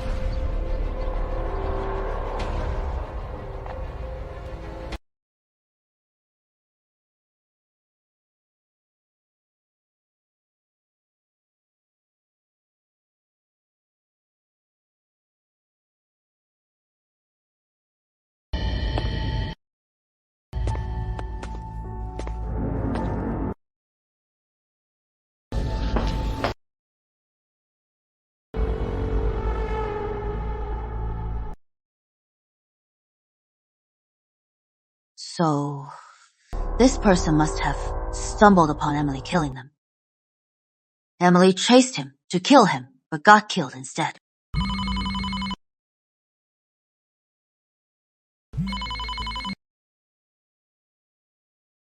Michael. HQ knows about the Hughes family massacre, and they know the Emily Warren case you worked on before. They're now linked. You must solve this within 72 hours. If you can solve this within 48 hours, the division will give you a Medal of Honor. Solve it in 3 days. That is impossible.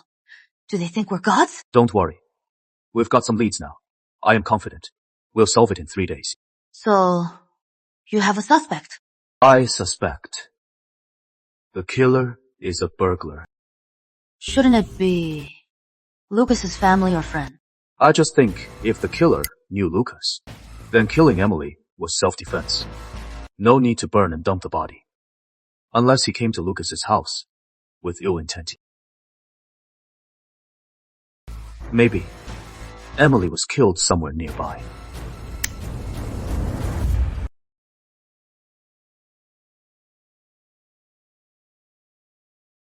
Initial assessment. This is Emily Warren's crime scene. There is a lot of blood here, and we found Emily's clothes and a blood-stained sickle. We found 2 sets of fingerprints on it.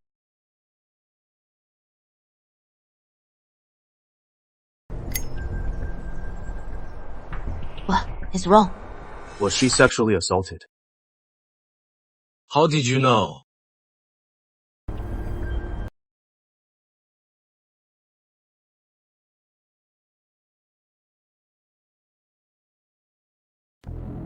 No bodily fluids detected, but forensics shares the same opinion.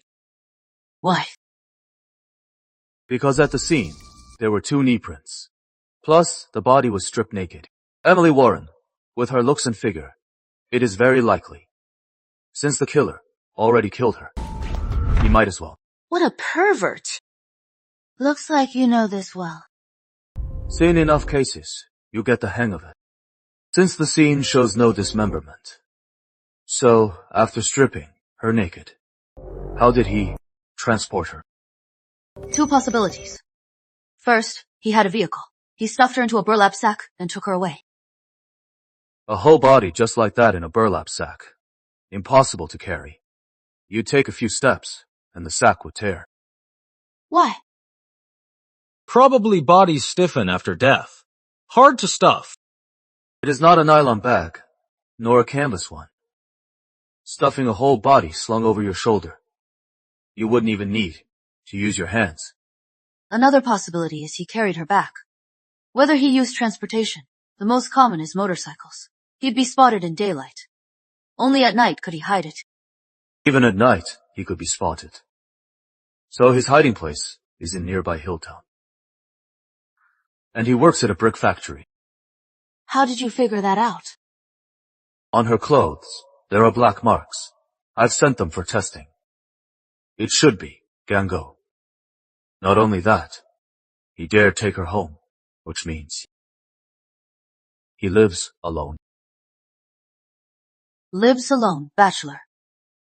Brick factory. Shoe size 43. Burglary. Record. Frank, Jess, over to you. Got it. Michael, were you always this good?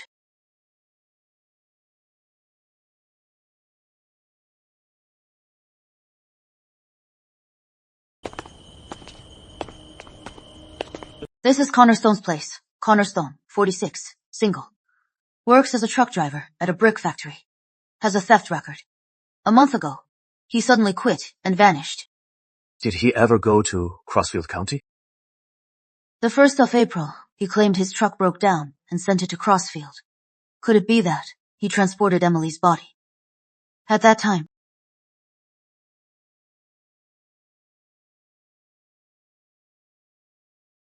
Mike, we've searched the place. No signs of dismemberment. He cleaned up well. Cleaned up?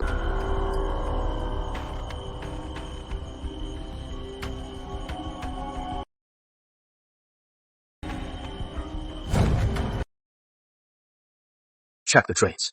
There might be blood residue. Yes.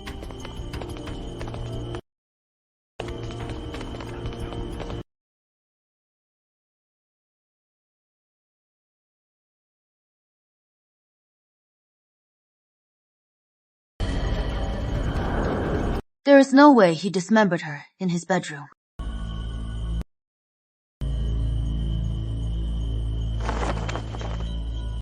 There is something here. Traces left by the victim, proof that he committed the crime.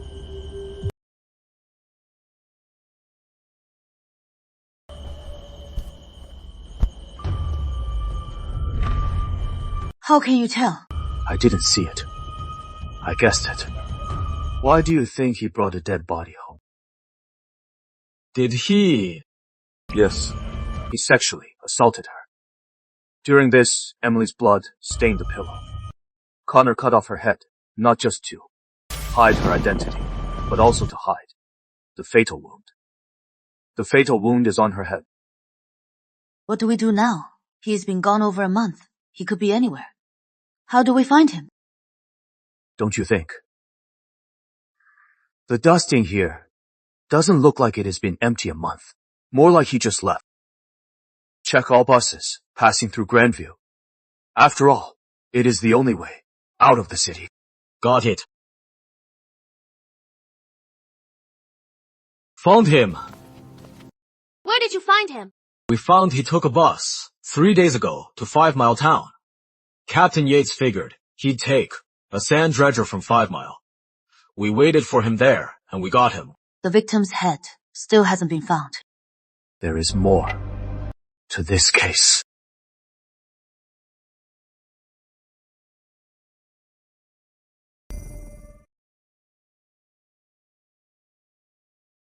Detective! I am innocent. I didn't kill anyone. Really? Then explain the blood on your pillow. You searched my house? That is illegal. Detective, what you did is wrong. Why did you kill Emily Warren? Detective, pressuring me won't work. I didn't do it. Cornerstone, the evidence is clear. Tell us the truth. Hey, sweetie, you are a looker. Nice rack. Got a husband. Listen up. When I get out, I'll make sure you are well taken care of.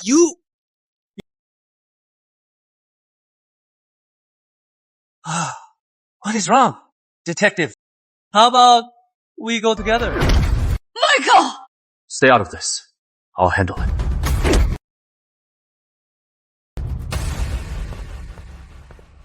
What has gotten into you?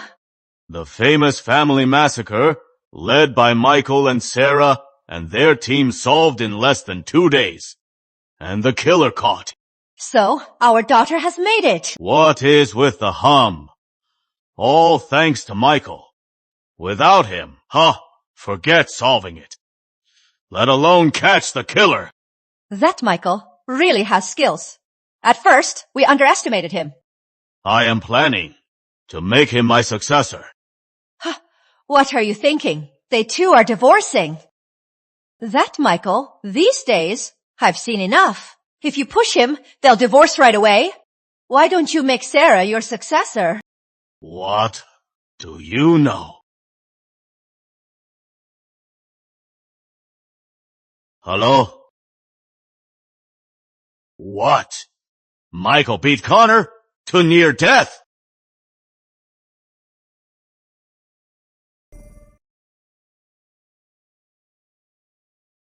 Mike, your hand's all messed up. He didn't die, did he? Serves him right. He is a total scumbag. He is an animal. Of course I know. He is a scumbag. I am worried about you. Mike, if you leave, I am out too. Relax. There might be a penalty, but we have plenty of evidence proving Connor Stone is the killer, and the brass won't let us get bullied and abandon us. Mike, they said you hit Connor because he insulted Sarah. What if he insulted me? I'd do the same.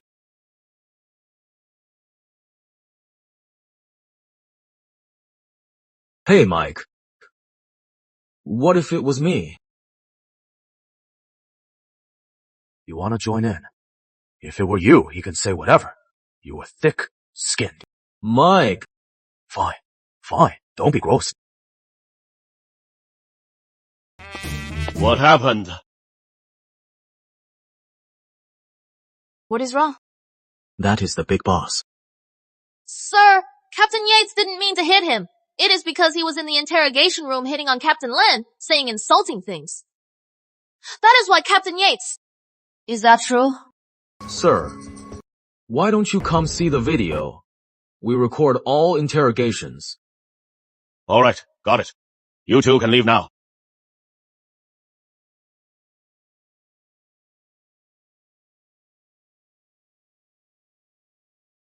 Dad, this is my fault. If you punish him, punish me too.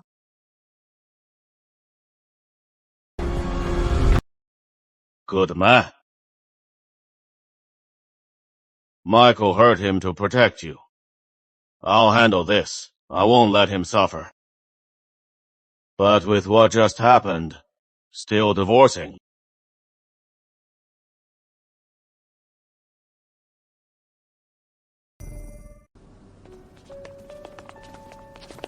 Mike, what did you do yesterday? After talking to the chief, you guys left together. The chief treated me to dinner, so we left together. Any problem?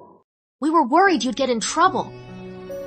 You guys focus on the case. As for this, I'll handle it. Don't worry. I am not leaving.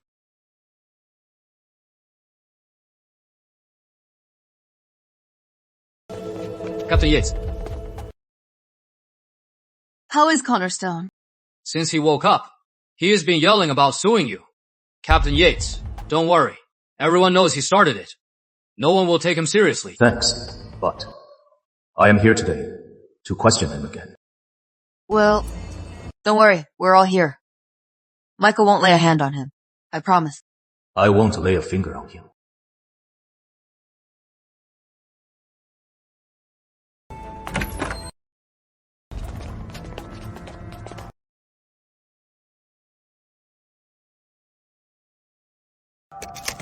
Well, this time, you brought a pretty lady. If you want to apologize, send those two beauties to keep me company. How about it? In your dreams! After this case was closed, I found I had a new power. Not sure how strong it is. Let's try it.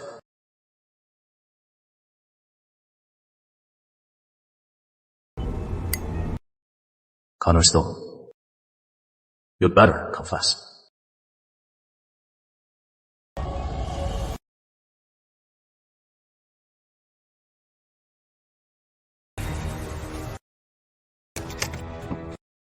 Stop chasing me!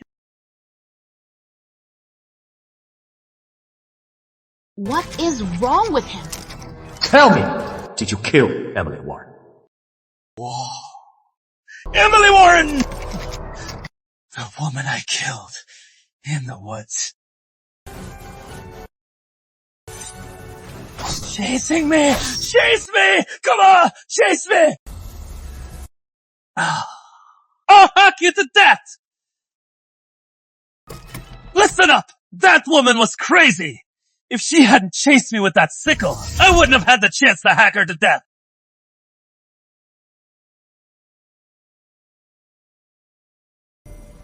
Did you violate her corpse? I didn't want to. But her body was just too beautiful. I couldn't help myself.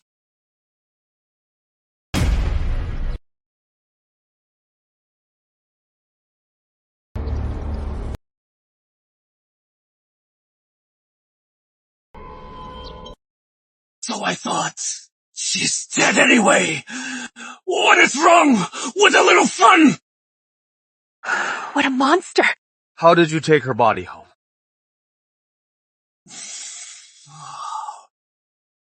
Wasn't far from the orchard, so I carried her home, planning to keep using her.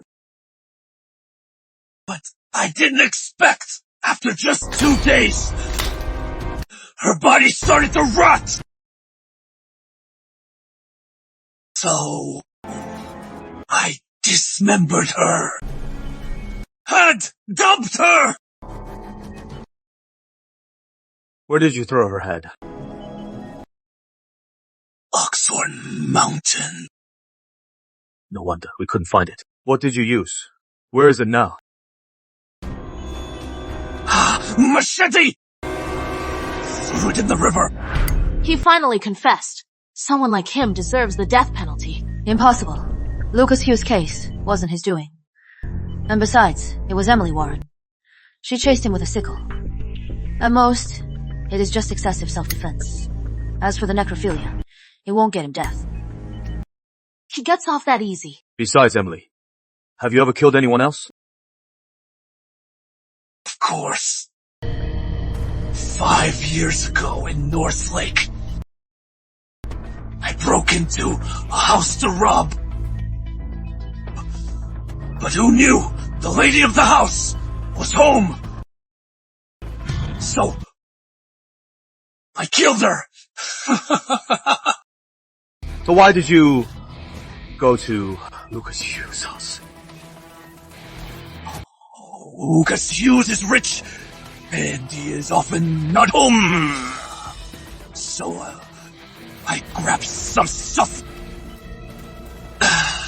Unexpectedly, I saw that woman kill her whole family!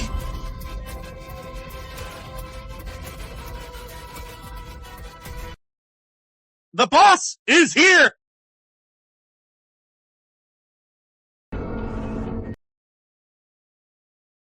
Let's go!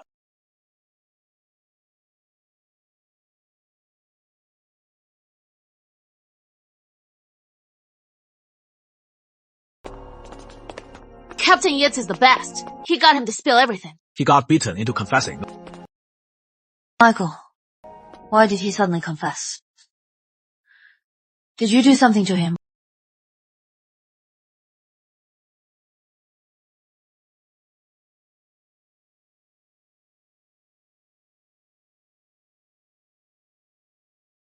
Emily's head was finally found thanks to Connor. Emily's case is finally closed. Captain Yates, you are the best. In such a short time, you solved not only Emily's case, but also Lucas's, and the North Lake case from 5 years ago. These cases were all solved, thanks to Connor.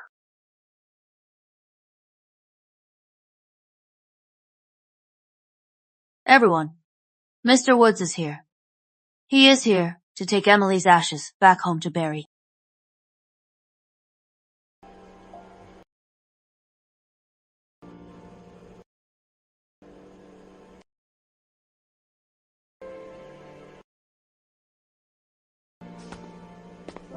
That is it. He even wants to bury her. That is true love. What was she thinking? She had a good life. But she cheated anyway. Look what happened. Emily's life was tragic. She had a rough childhood. She didn't know what love was. Mr. Woods saved her, so she followed him. Deep down, she was just a woman, longing for love. So she fell for Lucas. It is all connected. I heard everyone told Mr. Woods to get a test to see if the kid is really his. But he refused. Maybe he is scared. Scared the child he loved for so long isn't his. I think he doesn't want the kid to bear this. The kid is his. Mike, how do you know? He showed me the kid's photo before. The kid looks exactly like Mr. Woods. Why bother with a paternity test? Really? Maybe they lived together so long that they look alike, but their bone structures are different. Or do you have a way?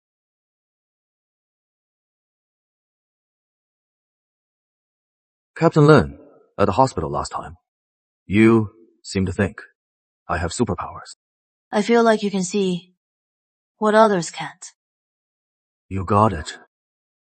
I do have eyes that see differently.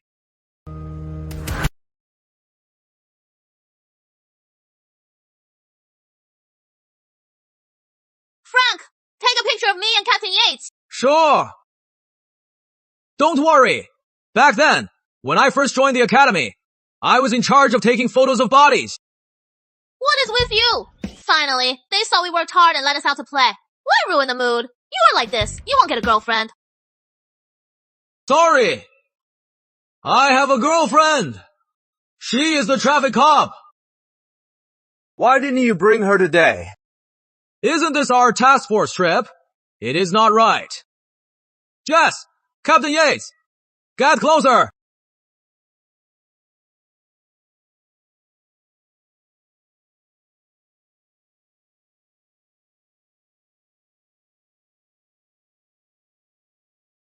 Captain Yates! Why hasn't Captain Lin come?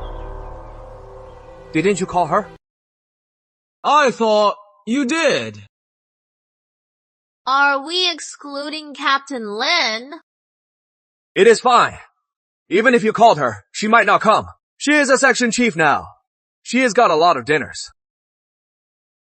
Speaking of which, we should thank Captain Yates. We got multiple commendations, and we even got a house. Yeah. But, about today's trip, shouldn't we tell Captain Lin? Go ahead. If she comes. If she comes, your treat. Deal.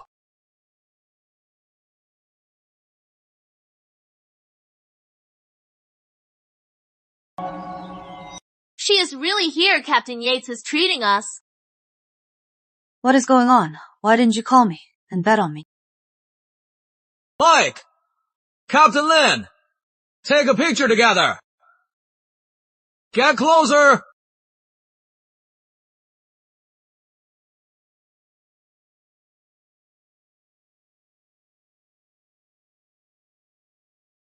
Sarah, when are we getting divorced? 2!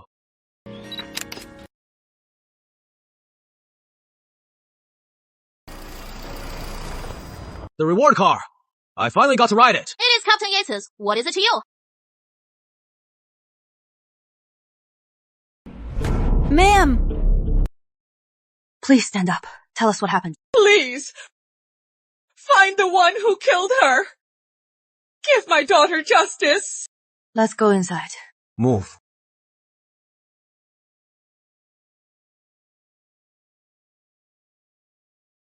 Please tell us. What exactly happened? Captain Yates, I saw your news on television, so I came to find you. My daughter died 10 years ago. She was murdered. But to this day, there are no leads. Please, help me and my daughter. Whatever I can do, I'll help you. Come. Have some water. Tell us what happened.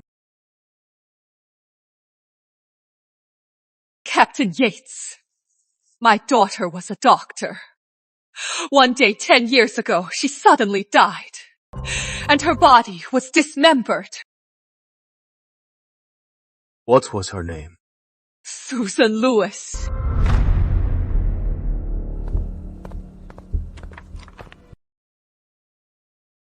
The situation matches what Aunt Louis said.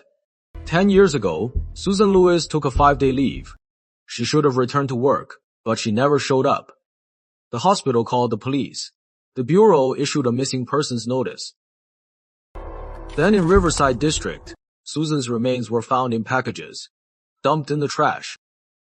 I checked the case files. At the second dump site, they found a fingerprint. Back then, fingerprinting took 2 years, and all we knew was that it didn't. Susan's acquaintances, it also didn't match any known criminals, so it went cold. Captain Yates, are you confident about this case? Not at all. 10 years on, bodies long cremated, dump sites, no traces left. We only have the files, her friends back then, and colleagues' statements.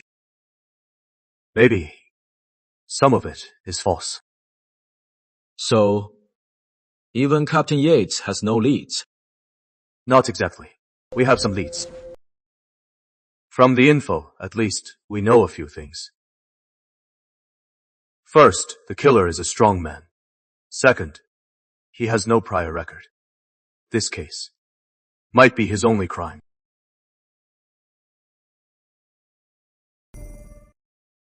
We found Susan's photo, but it doesn't match what her colleagues said, so I drew her instead.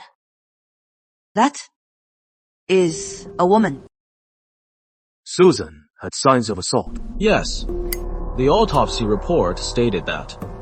Regardless of what attraction she had, she doesn't look like a woman at all. What kind of person would assault her? Mike, do you think it is possible it was someone she knew? Unlikely. All of Susan's acquaintances have been fingerprinted. None matched. Frank, you went to the hospital. Susan Lewis, did she have anyone close to her? What did they say about her? Susan had no friends, no relationships, no hobbies, and barely spoke. Her colleagues and former classmates could barely remember her name. Dr. Chandler was her senior. Susan!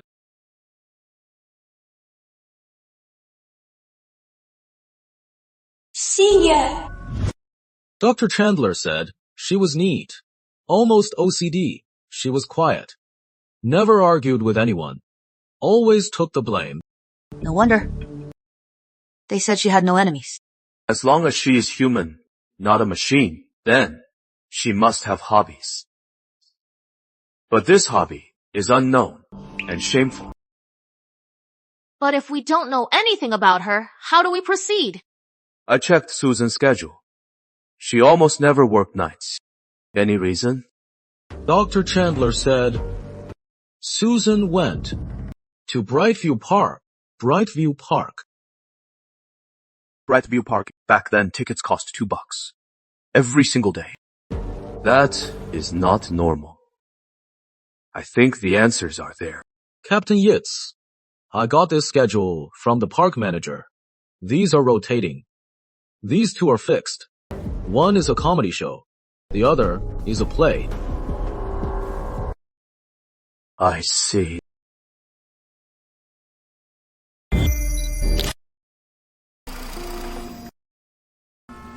You sent Jess and Frank to check the comedy show, but came here yourself.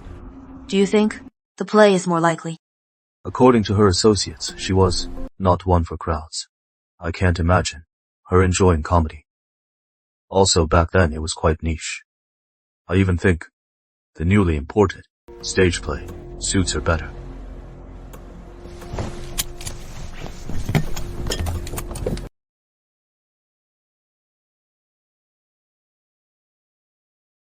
Miss Young, we're from Bayfield Detective Bureau, Major Crimes Unit. I am Captain Sarah Lynn. This is Captain Michael Yates. We'd like to ask you a few things. I've heard. You are here about the play from 10 years ago. Back then, I was the lead. Then I joined the station and became a host. Honestly, without that play, I wouldn't be who I am. I'd like to know, what was the content of your play? It was a lesbian love story. We knew, even back then, let alone now, it was a groundbreaking work. We were young back then, eager to make it big. We even took the play abroad to perform. It was well received. Back then, did you have any loyal fans? We had one loyal fan. To be honest, when we first started, we had no audience. Then, she came. She was our biggest fan. She came every day. When we left, she cried. Are you talking about her? Yes, that is her. Dr. Susan Lewis. Do you know where she is? We were heading abroad, first to Metropolis. She said she'd come see us off at the station, but she never showed. It has always been our regret. She is dead. What?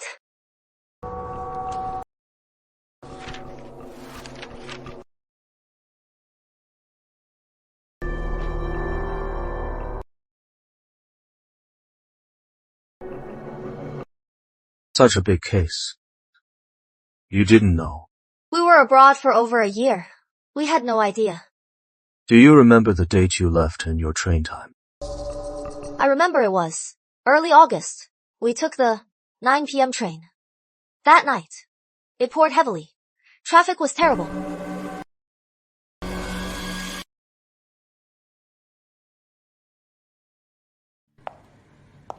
According to Lily Young, they went to Metropolis in early August, taking the 9 p.m. train. 4 days later, they left for abroad. In that case, Susan Lewis might have been taken away that day. Also, she might have gone to Metropolis with them. Miss Young also gave us a crucial clue. It was pouring that day, and traffic was terrible. In that case, Susan Lewis probably took a taxi. I suspect the suspect is the taxi driver. This person not only raped her, killed her, but also dismembered her. What is worse, he kept her captive for days. Actually, I don't think it is the taxi driver. A taxi driver sees so many people.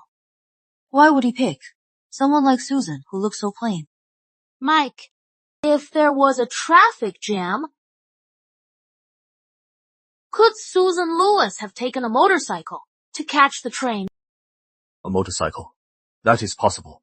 Frank, find an experienced taxi driver to take us on that old... Got it.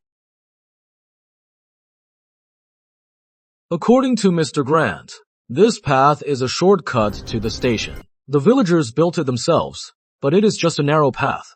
Cars can't get through. Only motorcycles can. Does many people know this path? The village built this road. Others probably don't know. So, we just need to check the villagers for clues. Yeah. Michael, there's someone. Hey, buddy. We're from the bureau. We'd like to ask. That is the killer.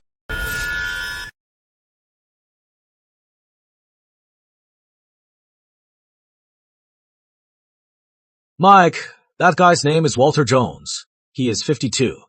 In the village, known as a nice guy. For 10 years, he never argued or fought. No wife or kids. With his looks, how could he be single? What he said is about the past 10 years. Back in the day, Walter was a thug. He stole, fought, and drank. He beat his wife away. How could he change so much? That is what I mean. Everyone says, 10 years ago, for some reason, he changed overnight. Now he is a total pushover. Did he have a motorcycle back then? He had the only bike in town. Captain Yates! We just got fingerprints from Walter's house. It is definitely him. I should have caught him. Forget it, just now. We were all caught off guard. Who would have thought the first person we met would be the killer? But how do you know he is the killer? Do you remember which hand he used to throw the shovel? He is left-handed. At first I wasn't sure, but when he heard we're cops, he ran. He is definitely guilty. Captain Yates, Walter grew up in this village. It won't be easy to catch him. I think he's hiding somewhere.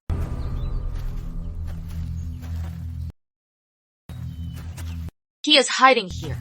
I can't stay here a second.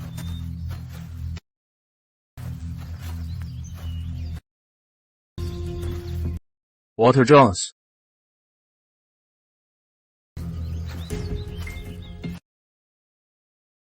How did you find me? What if I said the victim led me here? Do you believe it?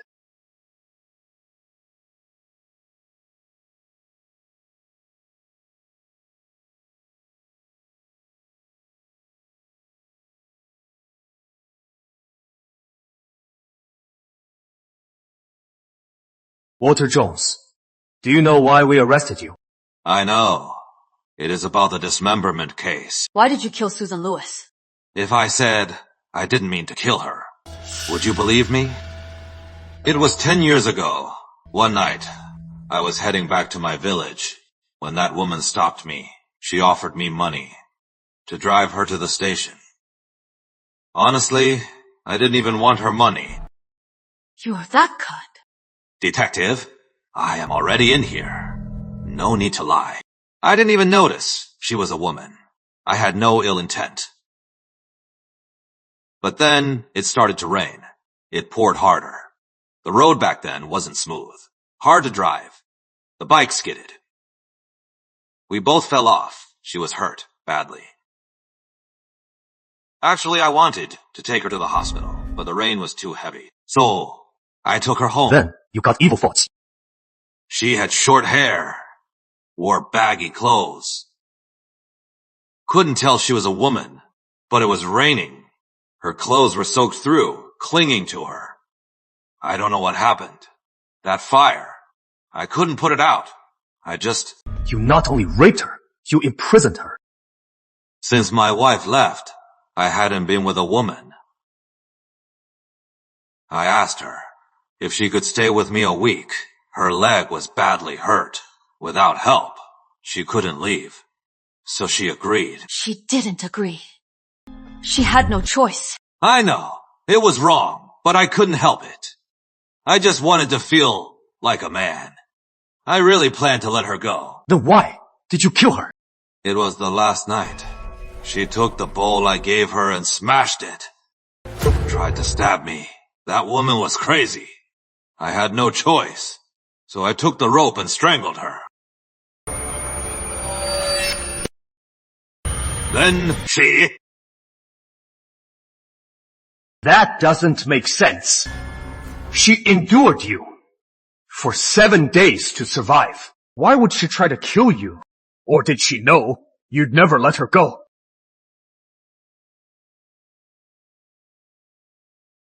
That is not true! I was going to let her go. But when I untied her ropes, she suddenly... She what? Speak up! What did you do to her? She was on her period. Couldn't do it. So, I made her... Hello! She doesn't like men. She's a prude. She didn't castrate you. She was kind enough. I know I am a monster. So after that, I didn't dare. I wanted to be good. You wanted to be good? Susan Lewis, she was an only child. A top student. Graduated medical school. She had a bright future. You monster destroyed it all. These 10 years, you never repented. You just don't want to die, don't you? You dismembered her just to avoid death! Detective, if I'd called the police back then, would I still get the death penalty? Kidnapping, false imprisonment, rape. You think you can get away with it? Detective! I just want to know how exactly you found me. 10 years. I never left the village.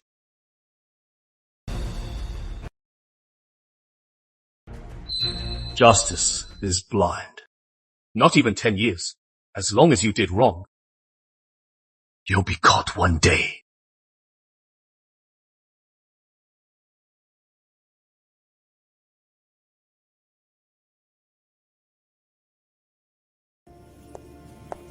You are home? Just grabbing something. You two, talk nicely. I'll make dinner. I heard today Michael solved another case. A 10-year cold case, solved in just 3 days now. All the Bayfield leaders are watching him. I say you two, just don't get divorced. I am definitely divorcing him. Sarah! Oh, watch your tone. Don't fight. Dad, you controlled me for over 20 years. Now him too. Listen up. I will divorce him. At least I'll set him free. Hey, aren't you eating? Sit down. Looks like they're really getting divorced. Over my dead body. All of Bayfield is watching. But they see each other every day. There must be feelings. All right. Don't be mad. It is bad for you. I am definitely divorcing him.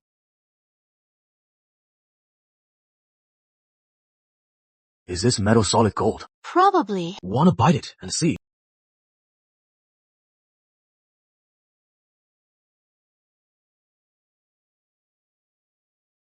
That is my son-in-law and daughter. You are all so impressive. Recently, you got a second-class award. Even a first-class award. Well done. A first class without injury. Rare. Later, I've arranged an officer retreat. Then, you two must come. You can tell us how you get along. Everyone's curious about your relationship. Sir. We'll be there. Yeah. You'll also represent Bayfield City as model couple. These two just can't speak. Hurry. Thank Director Quinn. Thank you, Director Quinn. He gets things done. And he doesn't brown nose. He is a fine officer. Director Quinn, let me show you the rest of the team. Captain Yates and Captain Lin. Michael, I am sorry. I didn't know he'd do that. Don't be mad. I am not mad. It is just, I feel it is about time we get a divorce. After all, more people know about us. It is hard to end well. Are you free this afternoon? Free? Why? Let's get divorced.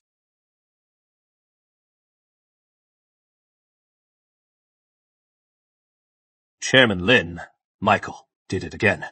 We should throw him a celebration. Yeah, absolutely. This time, Director Quinn is here. And he wants to transfer him to Capital City. That boy. He has a bright future. Absolutely. Captain Young, bad news. What is wrong with you? Why are you so flustered? Can't you see the chairman's here? Let him speak. Captain Yates and Captain Lin are divorcing. What?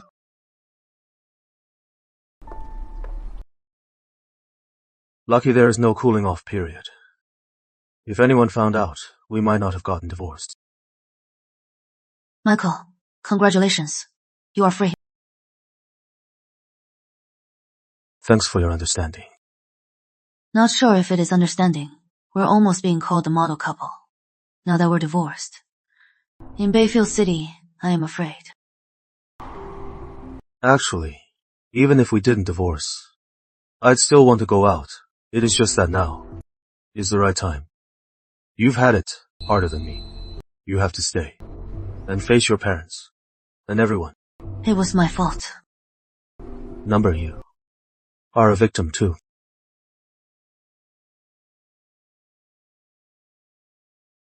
What is wrong? Michael, can I ask you something? When you married me, did you just want a family? Or did you ever love me?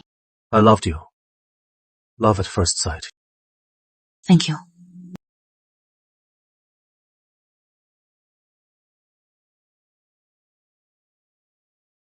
Yeah.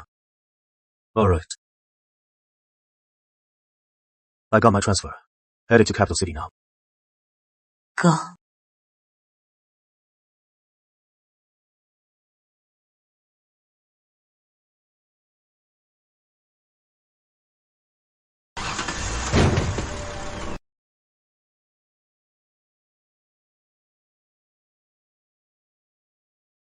Dad. Where is Michael? You two really divorced? What a fool! Dad, if you really care about me, let it go. Okay.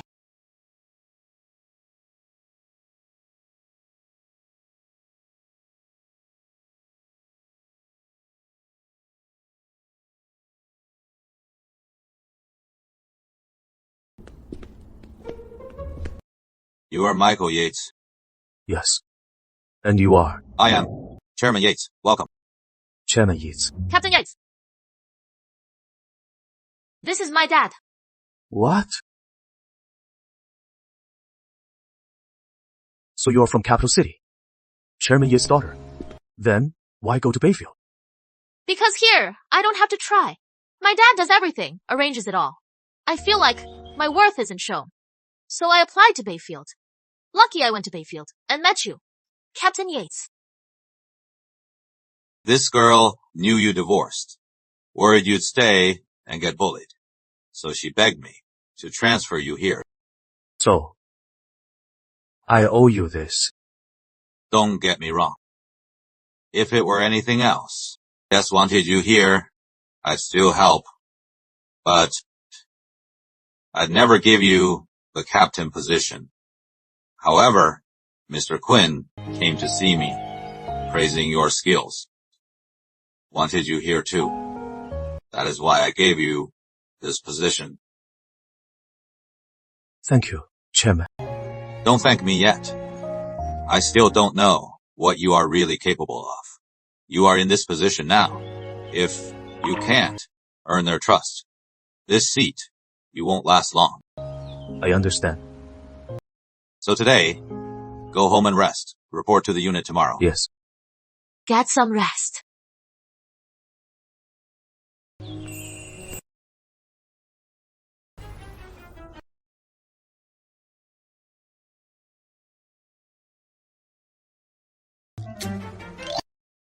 What? You are crushing on him. Dad, Captain Yates is amazing. I know he is good. Otherwise, I wouldn't help. However, the thing is, if you want to be with him, it won't be easy. Why? Because he is divorced. As long as you like him, it doesn't matter. The thing is, that guy doesn't seem interested. Not now, but who knows? This girl.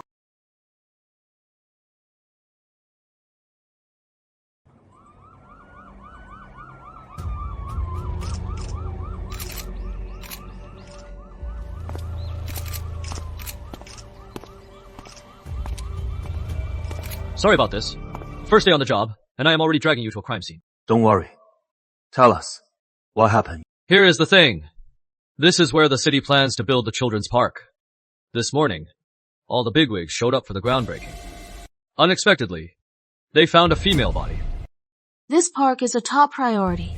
This is an outright slap in the face. You have no idea. You haven't seen the body. I've never seen anything this heinous.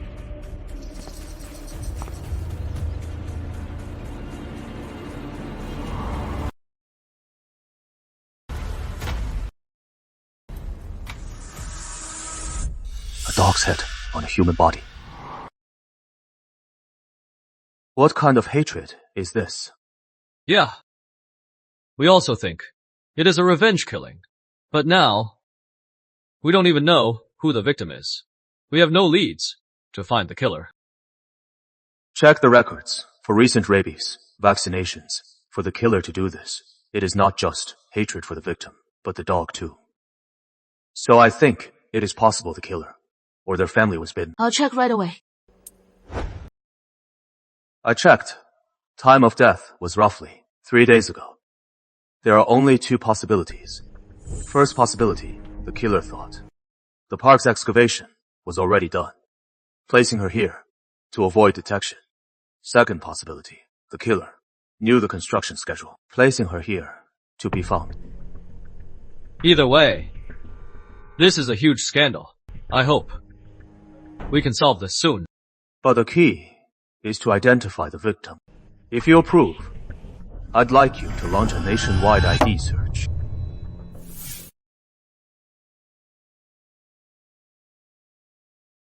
What brings you here today? I heard you are handling the children's park case. Yes, but so far, we're still short on leads. Go ahead. What do you need? I want to release the victim's info. I am sure you've heard. This project is our top priority. If we go public, this project is dead.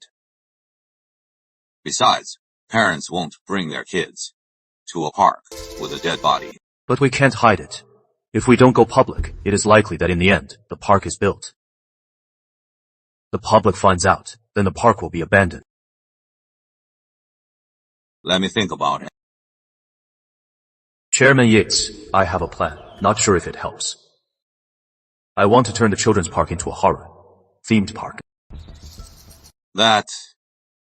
There is no such case here, right? Not yet.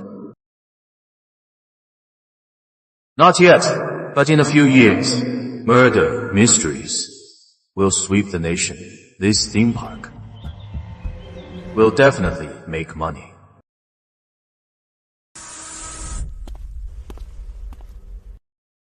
Since the news released the victim's info, my phone won't stop ringing. So, any promising leads? Found it. I compared the victim's DNA with the sample Miss Warren provided. It is definitely her friend. Miss Warren, have a seat. Sit.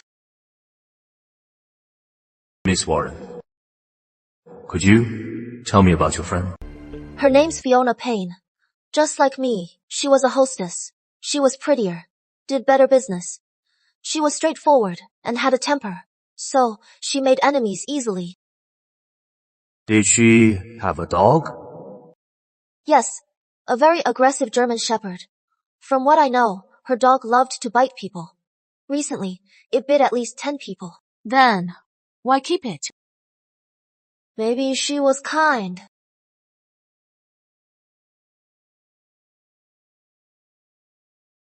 She treated that dog like a son. How could she give him up? What about the property management? Her house is too old. Low property value. People don't pay fees. Managers keep changing. No one really cares.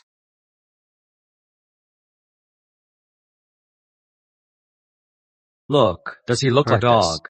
This dog! Why does it have a human body? Does he look like your friend's dog? Did someone kill her and the dog? Then... I checked recent vaccination records. 3 of them live in her complex. I think we should go there. See if we can find any new leads. Be careful. All right.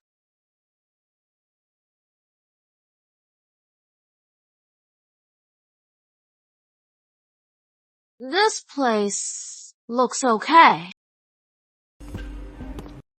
Downtown location. Still has houses. Over 100 SQM. Under $100 K. Captain Yates. What if I buy all these houses? And then hire a manager. Redevelop the whole place. And sell them for a fortune. This complex, it has been around for 20 years. Those who couldn't stand it sold their homes. Those who stay are the real troublemakers. If you don't kick them out, this place is done for. Okay. I've questioned all the vaccine recipients. They were all bitten by Fiona's dog. The worst needed 12 stitches. They all had issues with Fiona and her dog, but no one had the time. What is that place? What is that smell? That used to be the boiler room. But no one manages it, so everyone just dumps trash here. Over time, it started to stink. Number. It is the smell of death.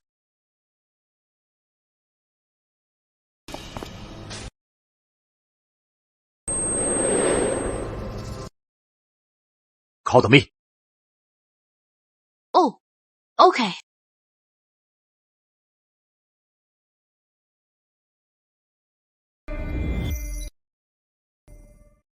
We found the victim's head in the trash behind the boiler room. Autopsy shows skull fractured.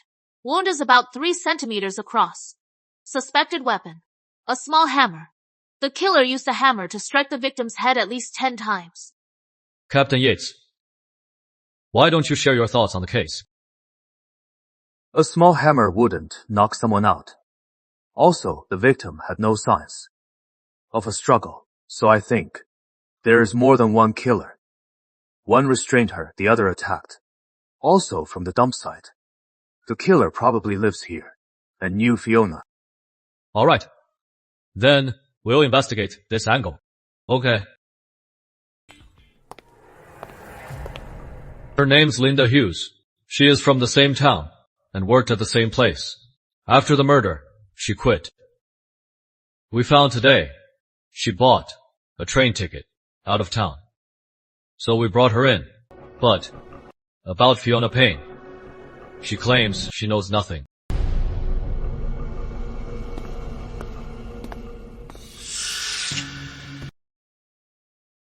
Do you know this person? Oh. Sorry. Wrong photo. How about this? This is the photo we just took at the scene. This is the real her. Do you know her?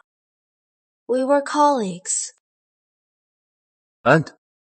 From the same town. I haven't seen her in a while.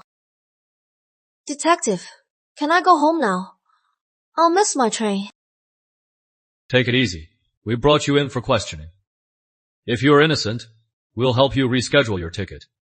But if you are guilty, you won't be leaving. What do you want to know? I don't know anything. We just want to check your place. We went to your place, but no one was home. But inside, there was a strange smell. We just want to take a look. Please cooperate. You can't go to my place.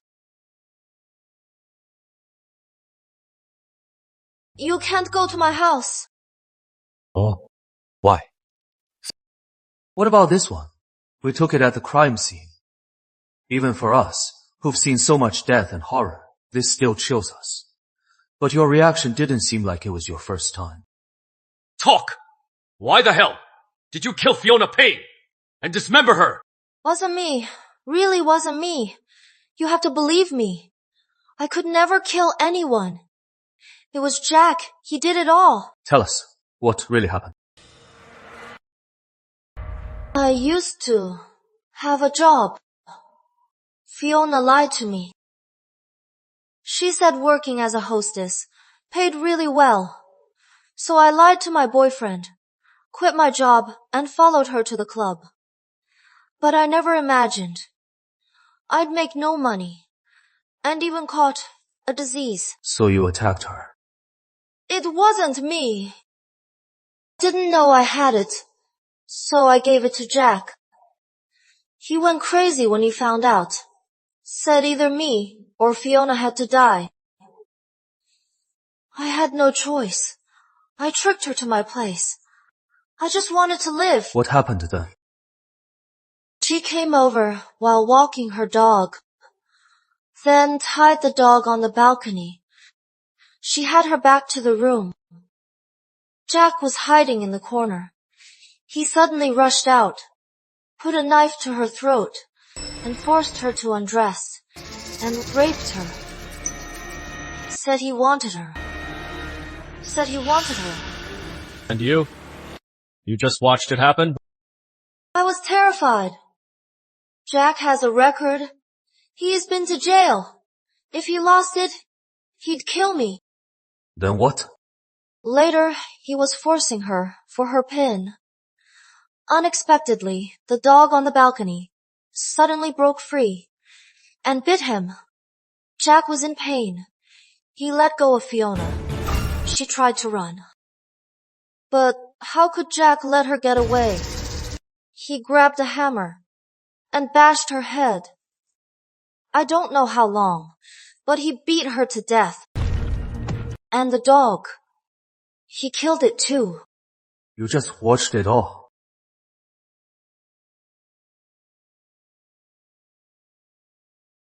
I was so scared. And it happened so suddenly. How did he come up with stitching the dog's head to Fiona? He is crazy. He said Fiona loved dogs so much. So he'd sew them together, so they'd be together forever. He called it his masterpiece. Then he dumped the body in the park. He made me take the dog and her head to the river. But I was scared, so I dumped them in the boiler room. Anything else to add? No, Detective. How long will I get? If you are telling the truth, 3 to 5 years. But we don't know if you are telling the truth. Yes, I am telling the truth. As for killing Fiona, Jack might really be the one. But you were involved too, right? If I am not mistaken. The dog's leash was you who untied it. Also, when Fiona tried to run away, you threatened her with a knife, letting Jack kill her. Even stitching the dog's head on her. Was your doing, wasn't it? Detective, you are talking nonsense. All this will be clear once you catch Jack. It is really not my fault. When Fiona was killed, she had no defensive wounds, meaning an accomplice. Stitching a dog's head on a body, that sort of thing doesn't seem like something a lazy bum could pull off. Do you think he is drunk? Says nothing. We have no evidence. Detective, you are sharp. So what? I didn't lay a finger on her. What about the stitching? Justice is blind. You can't escape. That bitch lied to me. If it weren't for her, would I have this disease? You chose the club, and the job was your choice. Fiona wasn't good. Jack wasn't. And neither are you.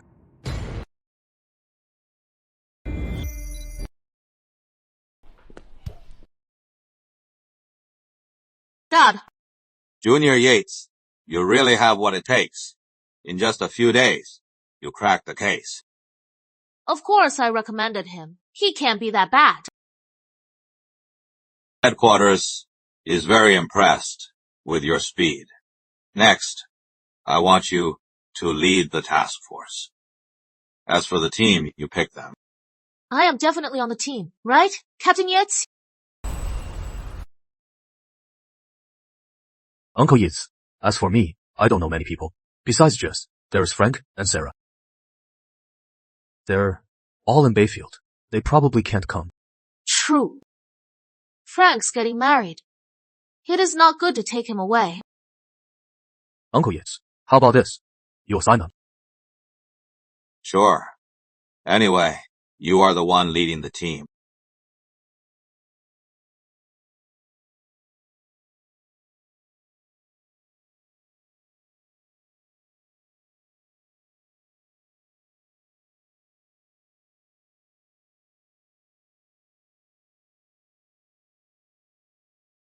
He is gone, still staring. Dad, what is it? He has got an ex, you know. So what? They're divorced. I have a chance. Oh, I really admire Michael's skills. I hope you can handle this properly. Even if you two don't end up together, I still hope you... Oh, don't worry, Dad. I am not Captain Lin, and you are not Chairman Lin. Oh, you...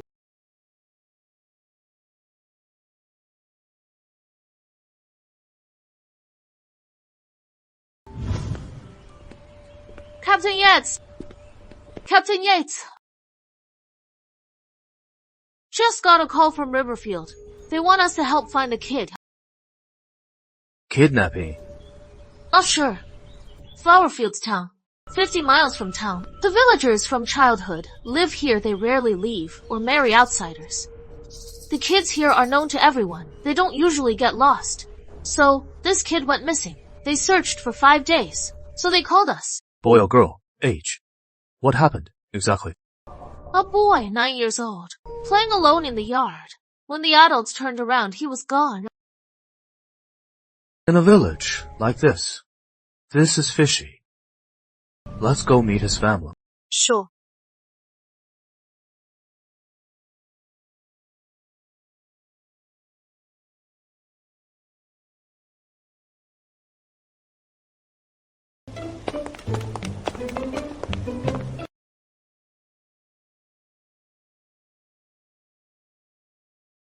Come here. I'd like to ask you a few questions. Are you the kid who lives here? When your brother went missing, were you playing with him? Mom won't let me play with him. I told you, the detective is coming today. Why are you still playing outside? Let's go back inside. What a good boy.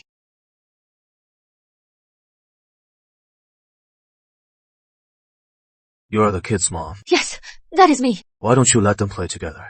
They're too far apart in age. And the older one keeps picking on him. So I don't let them play together. You are remarried. Yes, that is right. I moved here last year. The older one is my husband's from his first marriage. The younger one is mine from my ex.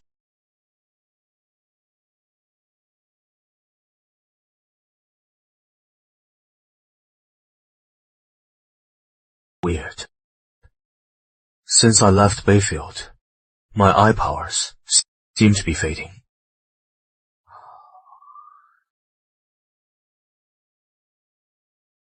Have you checked the fields and rivers? Wait, Number, why check those places?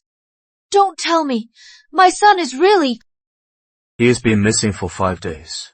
He is not a toddler. You can just grab. He is 9 years old. If someone took him, someone in the village must have seen it. I think he is probably dead.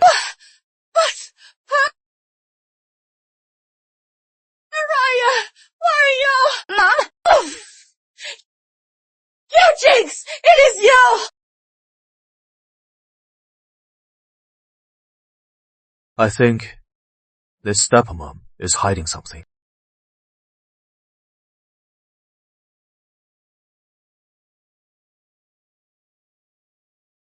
Anne, take it easy. I'd like to ask you a few questions. Sure, go ahead. How many people are in your family? Where are they now? How is your relationship? There were 5 of us. Then my daughter-in-law got sick and passed away young. I raised the kids. My son and husband work in the city. They're never home. A year ago, my son married a divorced woman with a kid. That is Helen. She is lazy and greedy. She beats my grandson. She is a jinx. What happened when it happened? I was working in the fields. Helen was cooking with the neighbor. The kids were playing inside. But I never imagined. When I got back, they said my grandson was missing. Is my grandson really gone? It is just a possibility. We have to consider the worst. Ma'am, could your daughter-in-law have done this? Impossible. She is not that heartless. Officer, did you find something? Did she do it? Impossible. She is a bad woman. But she wouldn't hurt a child. Please calm down. We'll consider all possibilities. Once we have news, we'll let you know. Get some rest. Okay. Captain Yates, we've questioned the neighbors. They were indeed cooking. Helen suddenly wanted braised chicken feet. It took a long time, so she left a bit later than usual. Her kid had already vanished. Helen has an alibi. All leads are dead. What is next?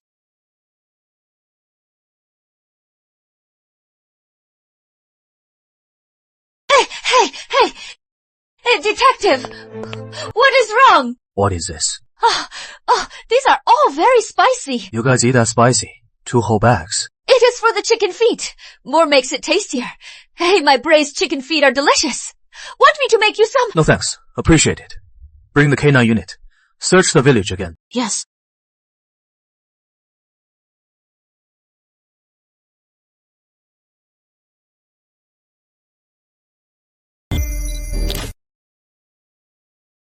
This is our temporary office. Captain Yates, take a break. Don't worry. Let's go over the case. The K9 unit found nothing. I just want to know on the day Ryan went missing, what did the neighbors say? She didn't say much. Helen doesn't work the fields, so Mrs. Lewis thinks she is lazy. But she is good with people. She often gives food to the neighbors. No one has a bad word. No wonder. She is from the city. It is normal. She can't farm. Yeah, she was making braised chicken feet and asked neighbors to help. Yeah, the younger boy was right there. The older one played outside. In the afternoon, she called him, but no response. They went out to look, only to find he was gone. At first, the two of them and Mrs. Lewis searched. They searched all night but found nothing, so they called the police. What did she think of, Helen with the kids? She is a bit strict and hits him often, but kids his age are a handful. Besides, she hits her own kid too. Neighbors say she treats them well. Did she see anyone suspicious enter the village? One person, she said, it was Helen's ex-husband.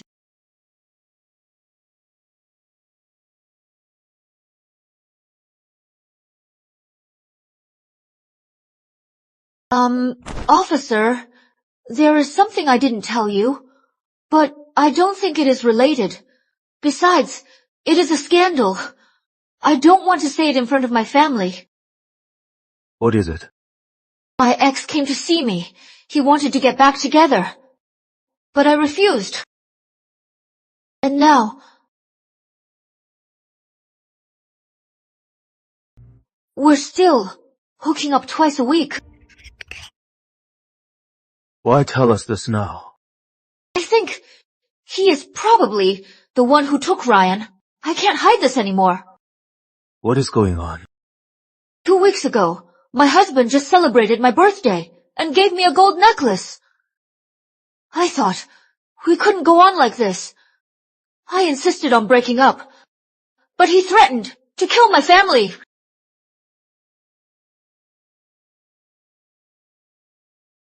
Why didn't you tell us sooner? If you had, Ryan might still be alive.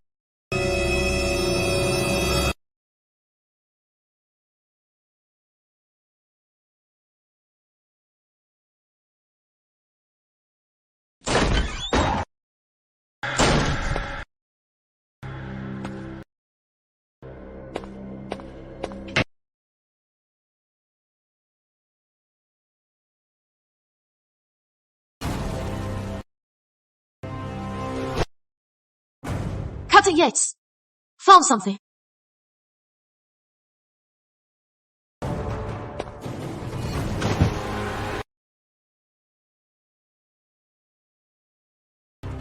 These aren't all from the same person. This guy's a pervert.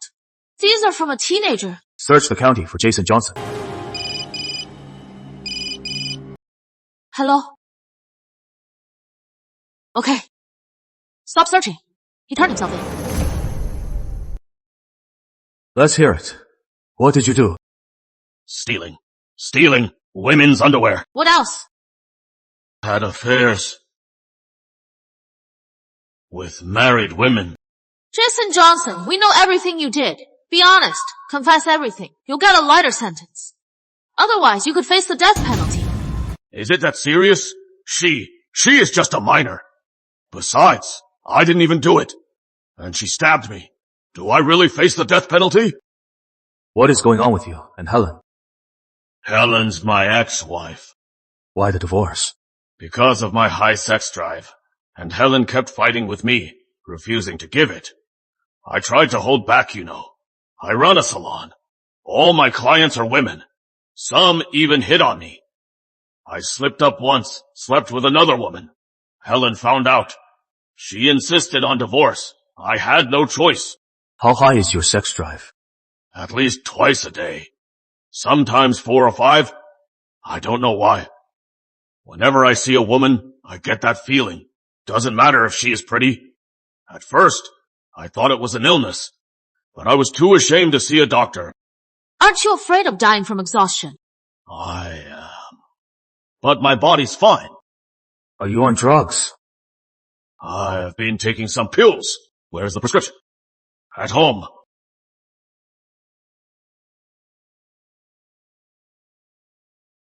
At home. Captain Yates, let's start with Ryan Lewis. Ryan Lewis? My ex-wife's stepson. You know? Yeah, I know. About a month ago, Helen came to me, saying Ryan bullied our son. If it happened again, she'd kill Ryan. Do you think your ex-wife could do something like that? No way. I've known Helen for years. She can't even kill a chicken. She was just talking tough. Do you have a lover here? Quite a few. 40. Then you still go for young girls. I know, but I just can't help it. And I love young girls the most. You have so many lovers. Why go back to your ex-wife? Only with Helen do I feel anything, so I have to go to her. Wait a sec. Detective, why keep asking? Don't ask that. What do you think of your ex-wife? She is very smart. To become a licensed pharmacist, she only studied for 2 weeks. She studied medicine. Yeah, she worked at a pharmacy. My herbal supplements were all prescribed by her. Hey, detective, do you think my condition is treatable? Yes, go to a big city. It is treatable. But you molested a minor. You're going to jail. I am ready to take responsibility for my actions. Jess, go search his place for that prescription. Prescription? I think there is something off. And Helen prescribed it.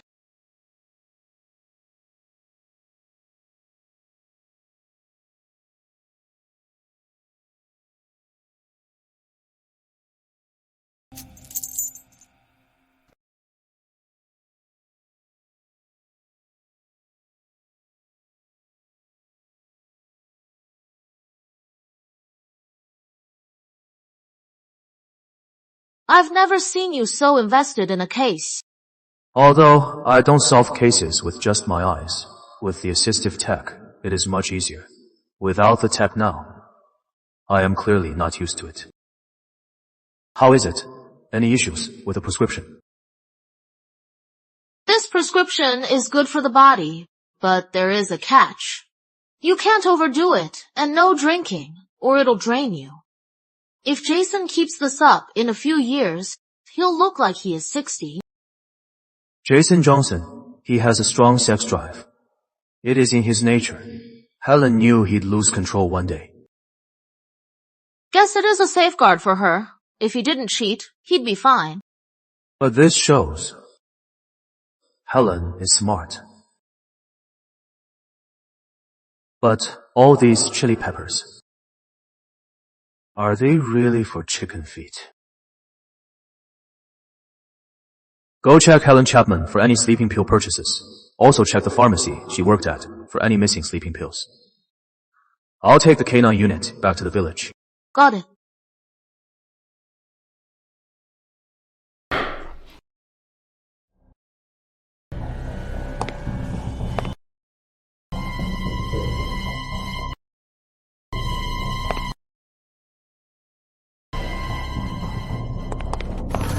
Where are you going? I saw you all at the back hill, looking for something. Need a hand. Hey, what about the chili peppers? For the chicken feet. All used up. They got all damp. Couldn't use them, so I threw them all away.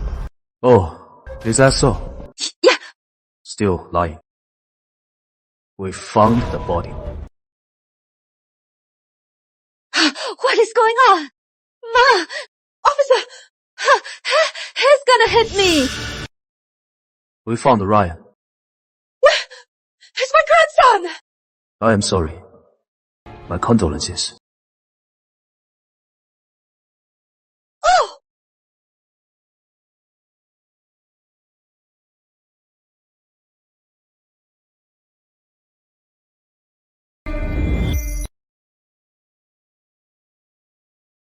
Stop asking! Just shoot me! I don't get it. Why did you come back? Have you thought about your son? You know what? I went to Ryan's funeral today. Your son got beaten up. Where is Ryan's dad? Get him here now. If he comes to see me, he'll definitely forgive me. What are you dreaming of? No one will forgive you. The whole village petitioned for your execution. Your husband was the first to sign. Impossible! He loves me so much. How could he bear to see me die? Get him to sign the letter. I'll be good to him. My kids will take his last name. I just don't get it. You are so smart. Why would you do this? If you didn't want to marry him, you didn't have to. You have a job and a degree. You could have raised the kids on your own. Do you know what it is like to grow up without a dad? You don't know, but I do.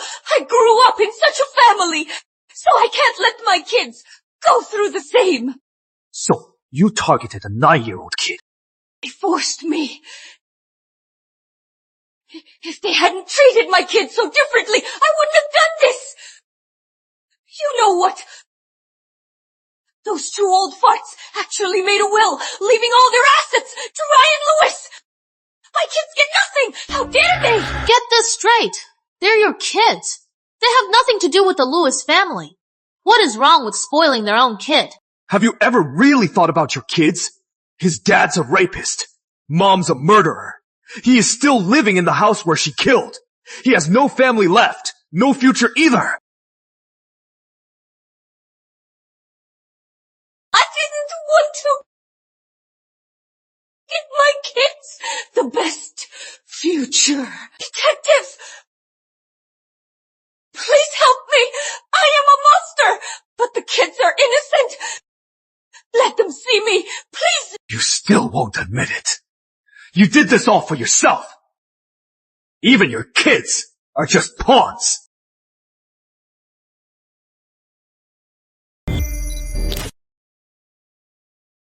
Even your own child is just a pawn to you.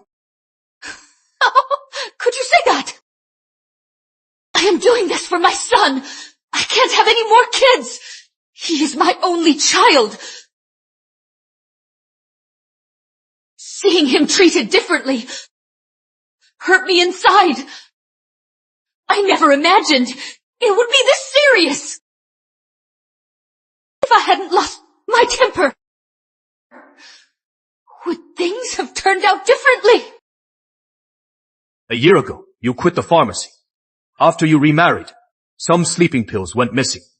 Now, we found the same drug in Ryan's system. What does that mean? It means you married him for his family's money. That is why you married him. You planned this all along. Cut the act. Tell us, what did you do to the boy? I am not acting. I just had a backup plan. I wanted them to treat my son fairly. But those two old farts didn't give a damn about my son. And Ryan Lewis, he was spoiled rotten. He bullied my son and showed me no respect. So you killed him. Yeah. I practiced for so long to get this chance. That day, that little brat drank the spiked water. I hid him on the second floor. When the time was right, I told Aunt Lewis to go look for him.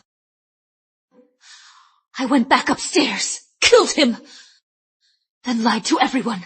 He wasn't upstairs. Then I led them on a wild goose chase. Where did you hide the boy first?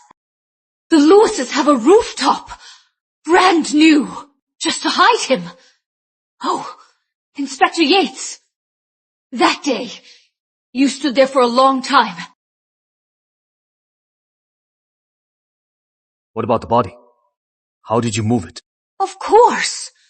When you found he wasn't on the mountain, that evening. Once you left, I dumped him in the dry well. Then I dumped in a bunch of chili. Originally, it was foolproof. I never thought you'd find him.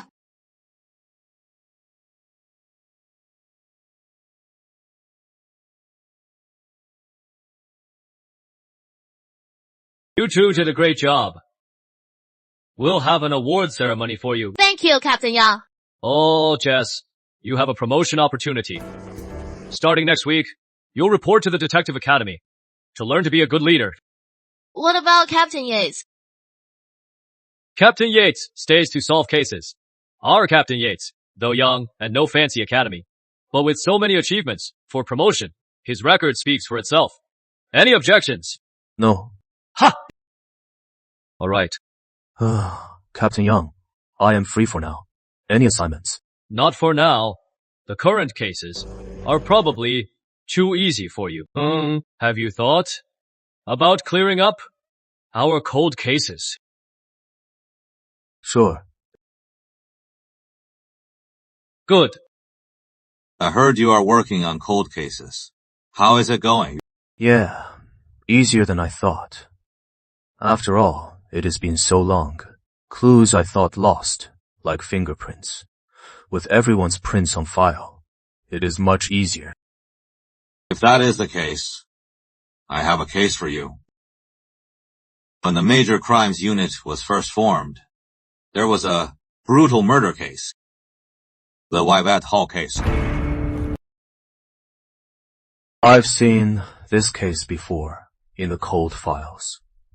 Back then, Yvette's parents lost contact with her, so they came to Capital City. But they never imagined they'd be stabbed and find her dead in bed. Exactly. And back then, it was a locked room murder. When Yvette's parents arrived, the door was locked, so they broke in and found her dead. What about the window? Dad! Captain Yates! Dinner's ready!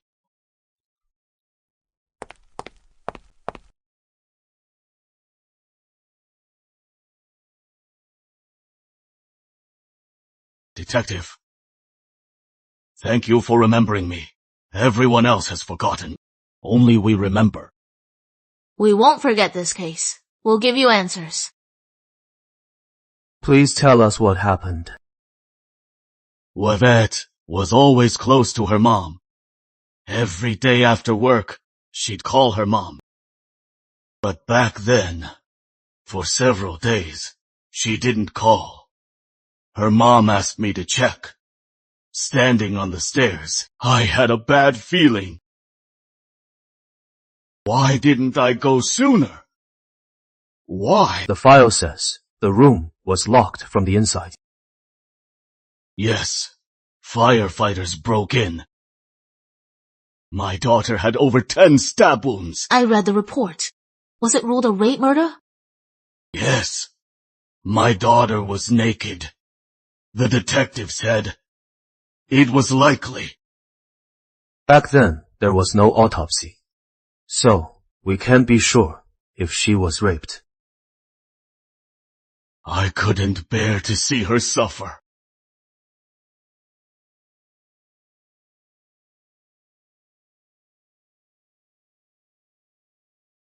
These are the crime scene photos.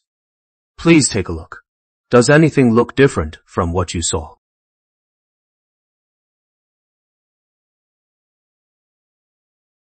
Number. When I saw the blood, I called the police. So the scene looks the same. So, the killer must be someone she knew. Why do you say that? Because of the blood, the hallway was covered. So this is the crime scene. Also, the wounds are on her back, meaning it wasn't a surprise attack. If a woman is alone, she wouldn't be so unprepared. Also, she'd probably turn around immediately, meaning the wounds wouldn't be on her back. Could it be her boyfriend?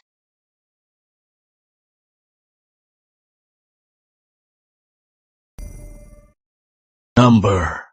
The detective on the case thought the same as you, so they investigated him. It turned out he had no motive or the time. Looks like we'll have to visit that rental. Yeah. After all these years, the rental's long gone. Even the factory Yvette worked at. has moved away. So, in your opinion, how did the killer escape? Only possibility was the window, but you couldn't climb it, unless someone familiar tied a rope to the roof. Otherwise, from that height, there is no way down. What about the landlord? Everyone was checked. No one was a suspect. Another dead end. Hey, I got a question. Any relatives around here near your daughter's rental? Yes, I have a nephew. He worked at Yvette's factory. He even helped her find that rental. But it can't be him. He is Yvette's cousin. He was about to get married. Why would he do that? Any bad blood between you? Yes. He was getting married, wanted a house. So he asked Yvette for the family land. Yvette wouldn't agree, and neither would we. So the two families fell out. But kill Yvette. Where is he now? He has been working away for years. I don't know where he is. It can't be him, right? Don't worry. We're just exploring possibilities. Found him. His name is Charles Hall. His whole family vanished 4 years ago. But we found his father's social security in Bayfield County. Was he married? No. Keep digging.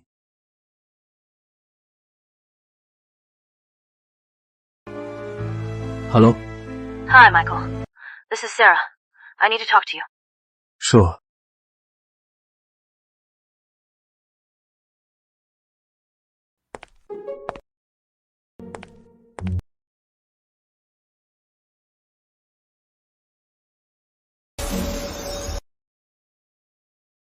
My eye is back to normal.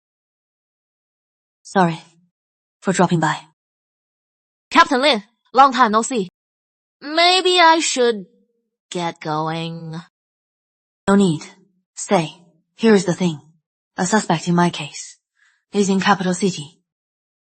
I need your help. But this matter, you shouldn't ask me.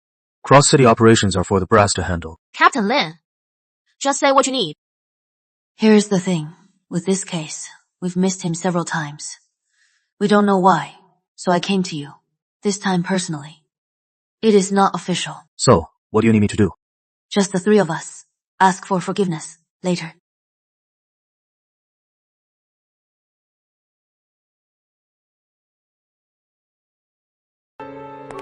You! Dad! This time, we went rogue, but it worked out. We got the drug dealers and took down their lab. Impressive, right? Huh. Go play somewhere else. Do you have any idea how dangerous this was? Why didn't you tell me? I could have backed you up. If something had happened, I wouldn't even know where to find your bodies. Captain Lin said in Bayfield, they missed him every time. She couldn't risk it. Neither could I. We had no choice. But we were prepared. Jess was our backup. Sarah and I were ready to die. How dare you say that? You and Captain Lin are both. If you two had died, it would have been a huge loss.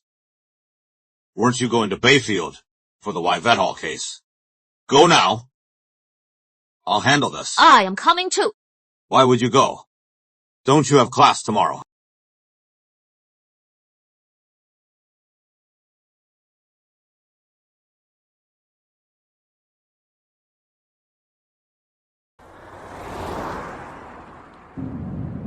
Sorry. If it weren't for me, Chairman Yates wouldn't have come down on you. It is fine. This case involves a mole. Chairman Yates is right to sideline me. I have no connections, so I am an easy target. You are so level-headed. You've grown up. How are things with you and Jess? Same as before. She is on my task force. Since the divorce, haven't you thought about dating again, Jess? You Right now, I am not thinking about that. Cases keep piling up. Me, I just work.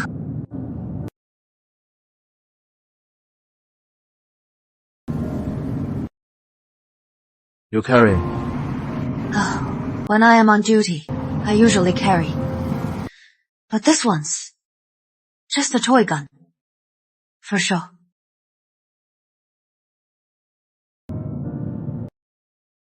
Two hours back to Bayfield. It is dinner time. Let's eat first. Sure.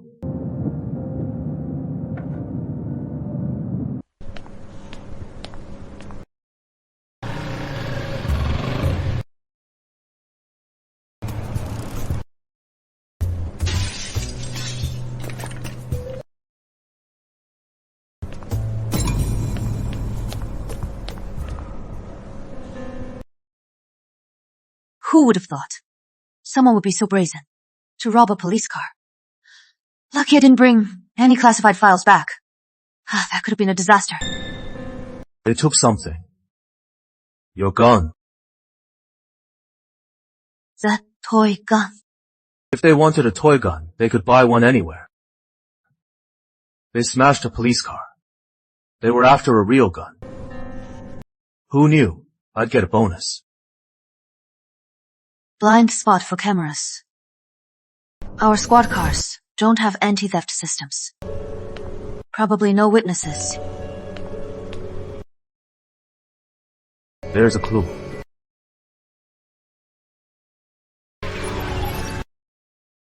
Let's check the sulfur plant nearby.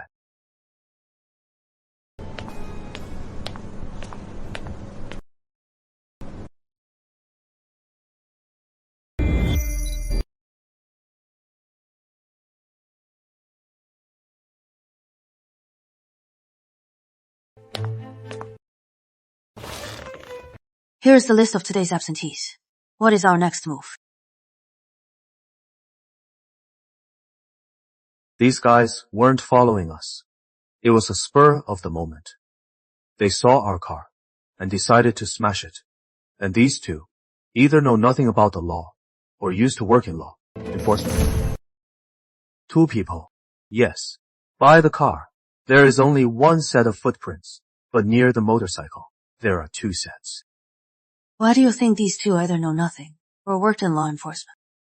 Do you know what stealing a gun means? Anyone with a brain wouldn't do this. Also, most cars today have alarm systems. Only your model of police car doesn't have one. So, do you think the suspect is bold, or did they know? If that is the case, they not only knew this car has no alarm, but also knew losing a gun is a big deal, and we wouldn't report it. I suspect he even knew it was you who lost it. He figured your dad would cover for you, so he dared to do it. I'll have someone send over this month's auxiliary list. You are right, at our unit. Anyone over 45 gets reassigned to other state-owned units. The sulfur plant is one of them. In that case, the list might be too long. No need. Just have them send the recent ones. After all, you haven't been a detective long, and you just got this car. Records show there is a David Grant, who was an auxiliary here. But he didn't transfer. He was fired. Who is his accomplice? Charles Hall, supposedly. They're both in the infirmary. Security is moving in.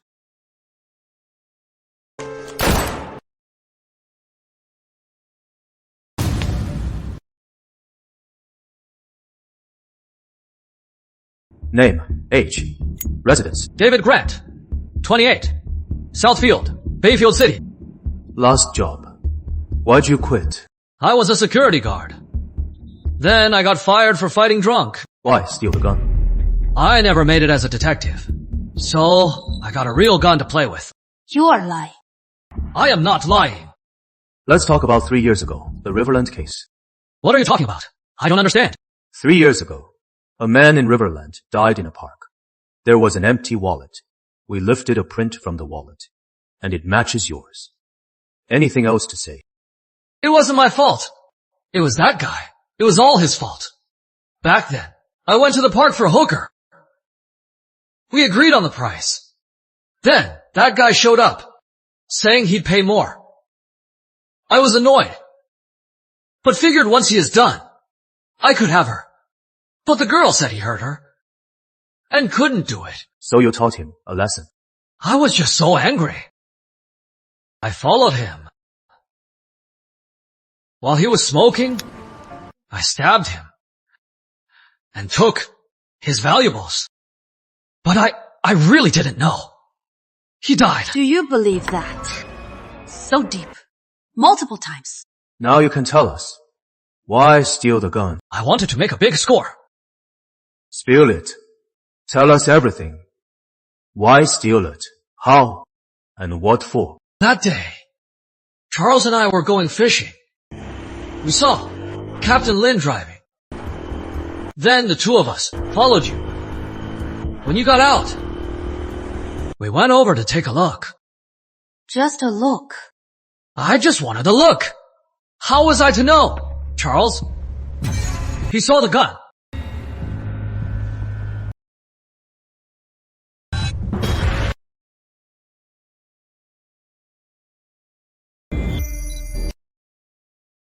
Go on. I didn't mean to steal it. It was Charles's idea. Then I thought, Captain Lin's gun, even if it is missing, Chairman Lin would cover for her. Besides, I knew that car wouldn't report it. So Charles and I planned it. He just did it? You really think Captain Lin would make such a mistake? I didn't think so. So I hesitated. But Charles already did it. So I thought how we'd use this gun. It is a toy gun. What?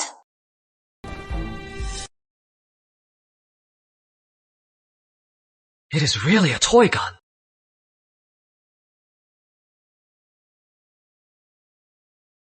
Oh, for a toy gun. I've sent myself to jail.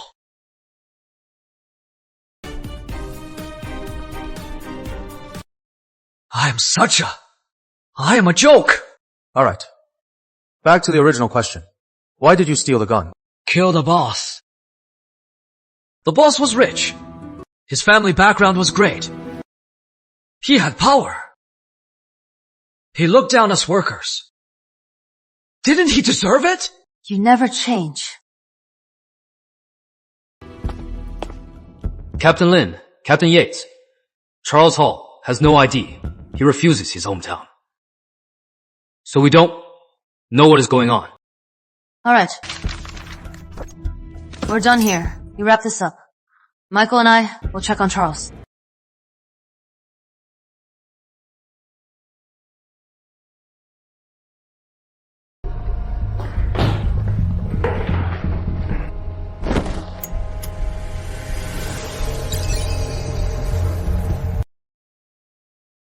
No way.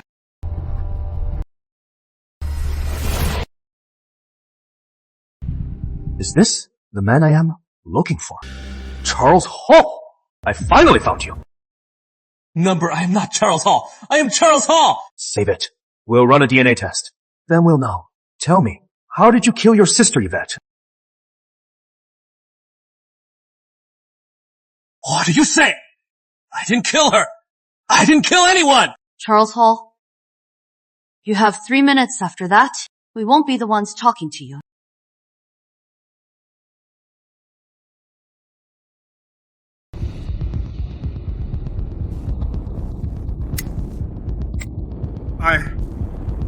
I was just so mad. I hated her. If it weren't for her, my girlfriend wouldn't have broken up with me. I just wanted to mess with her. But what she said pissed me off. So I killed her. Go ahead. What happened? Back then, I had a girlfriend. We were getting married, but she wanted money and a house. I really couldn't afford it. So I thought of selling Ved Hall's homestead, but she just wouldn't give it to me. My girlfriend broke up with me. Wait, did I hear right? You wanted to sell her homestead? Yeah. Wasn't hers. Mine. 3 generations. And I am the only male heir. What does she need it for? To give to some other guy. You are sick in the head, and it is serious. No need to go on. That is it. I agree. I am begging you. Tell my uncle. He'll forgive me. You think after killing his daughter, he'll forgive you? I am the whole family's only male heir. If I die, the wholes die with me. When you did this, didn't you think you'd get the death penalty? Am I really going to die? Number! No way! My parents said, I am the family's only male heir. I am the only heir. I can't die. I can't die. Old ideas kill. Who knew? Someone could covet others' things. And say it so, unashamedly. Times are changing. You can't change someone's mind overnight. We can only try to do what we think is right. And don't pass on to the next generation. Sarah. Junior Yates. Chairman, Lin.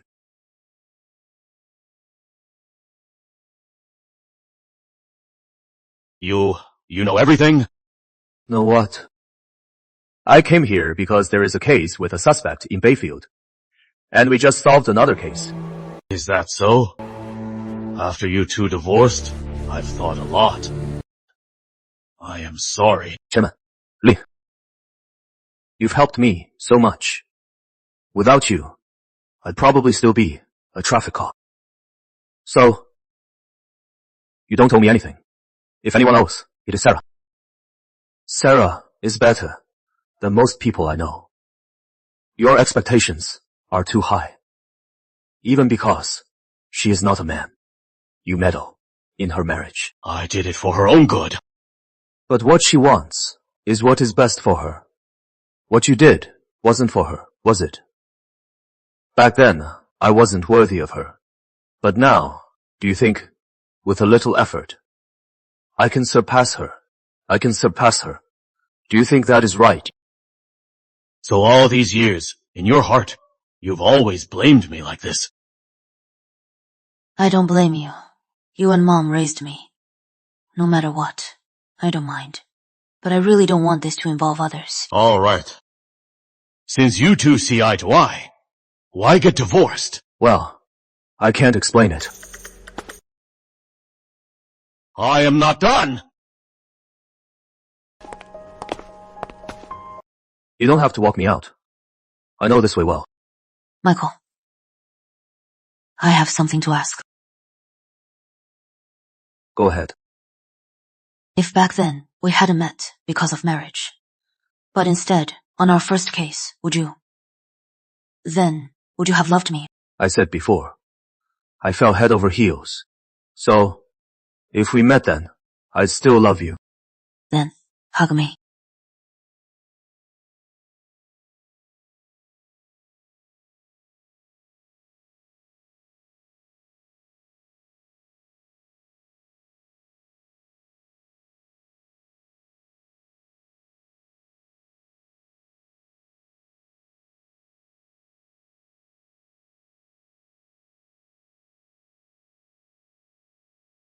You are actually great. Really great. You've grown up now. You don't need your parents to be with you. You can live well. So, you don't have to follow in their steps. Michael, I like you. I am sorry I lost you back then. I keep thinking, if I had kept you here, what would it be like? But then I thought, that version of me was just too selfish. If back then you'd kept me here, I'd probably hate you. You are so honest. I thought between us, we didn't need to lie to each other. What about Hugh and Jess? With her, we're just colleagues now. But what the future holds, who can say? What a shame. It is too bad. We're not colleagues anymore.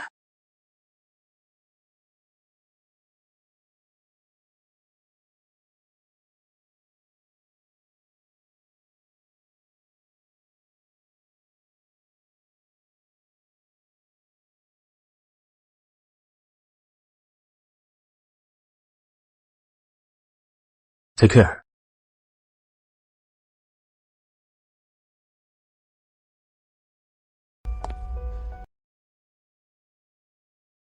Captain Yates, wait. I just got word. Capital City Brass are on their way. They're here to honor you and Captain Lin.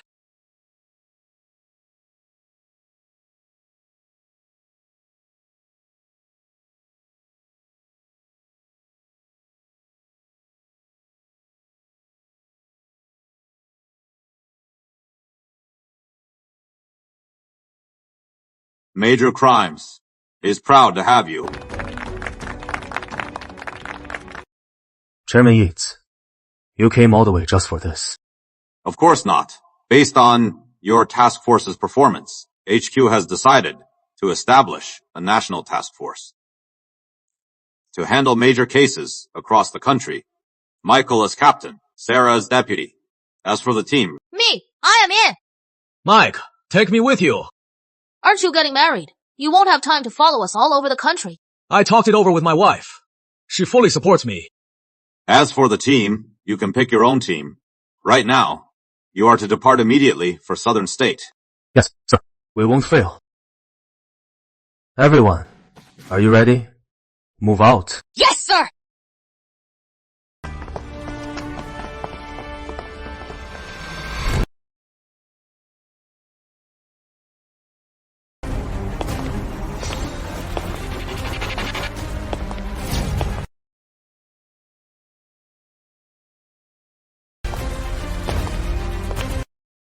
This is our nation's new generation.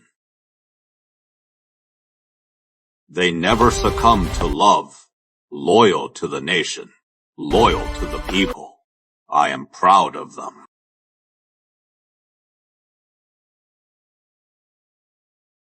One left eye seems to have another power.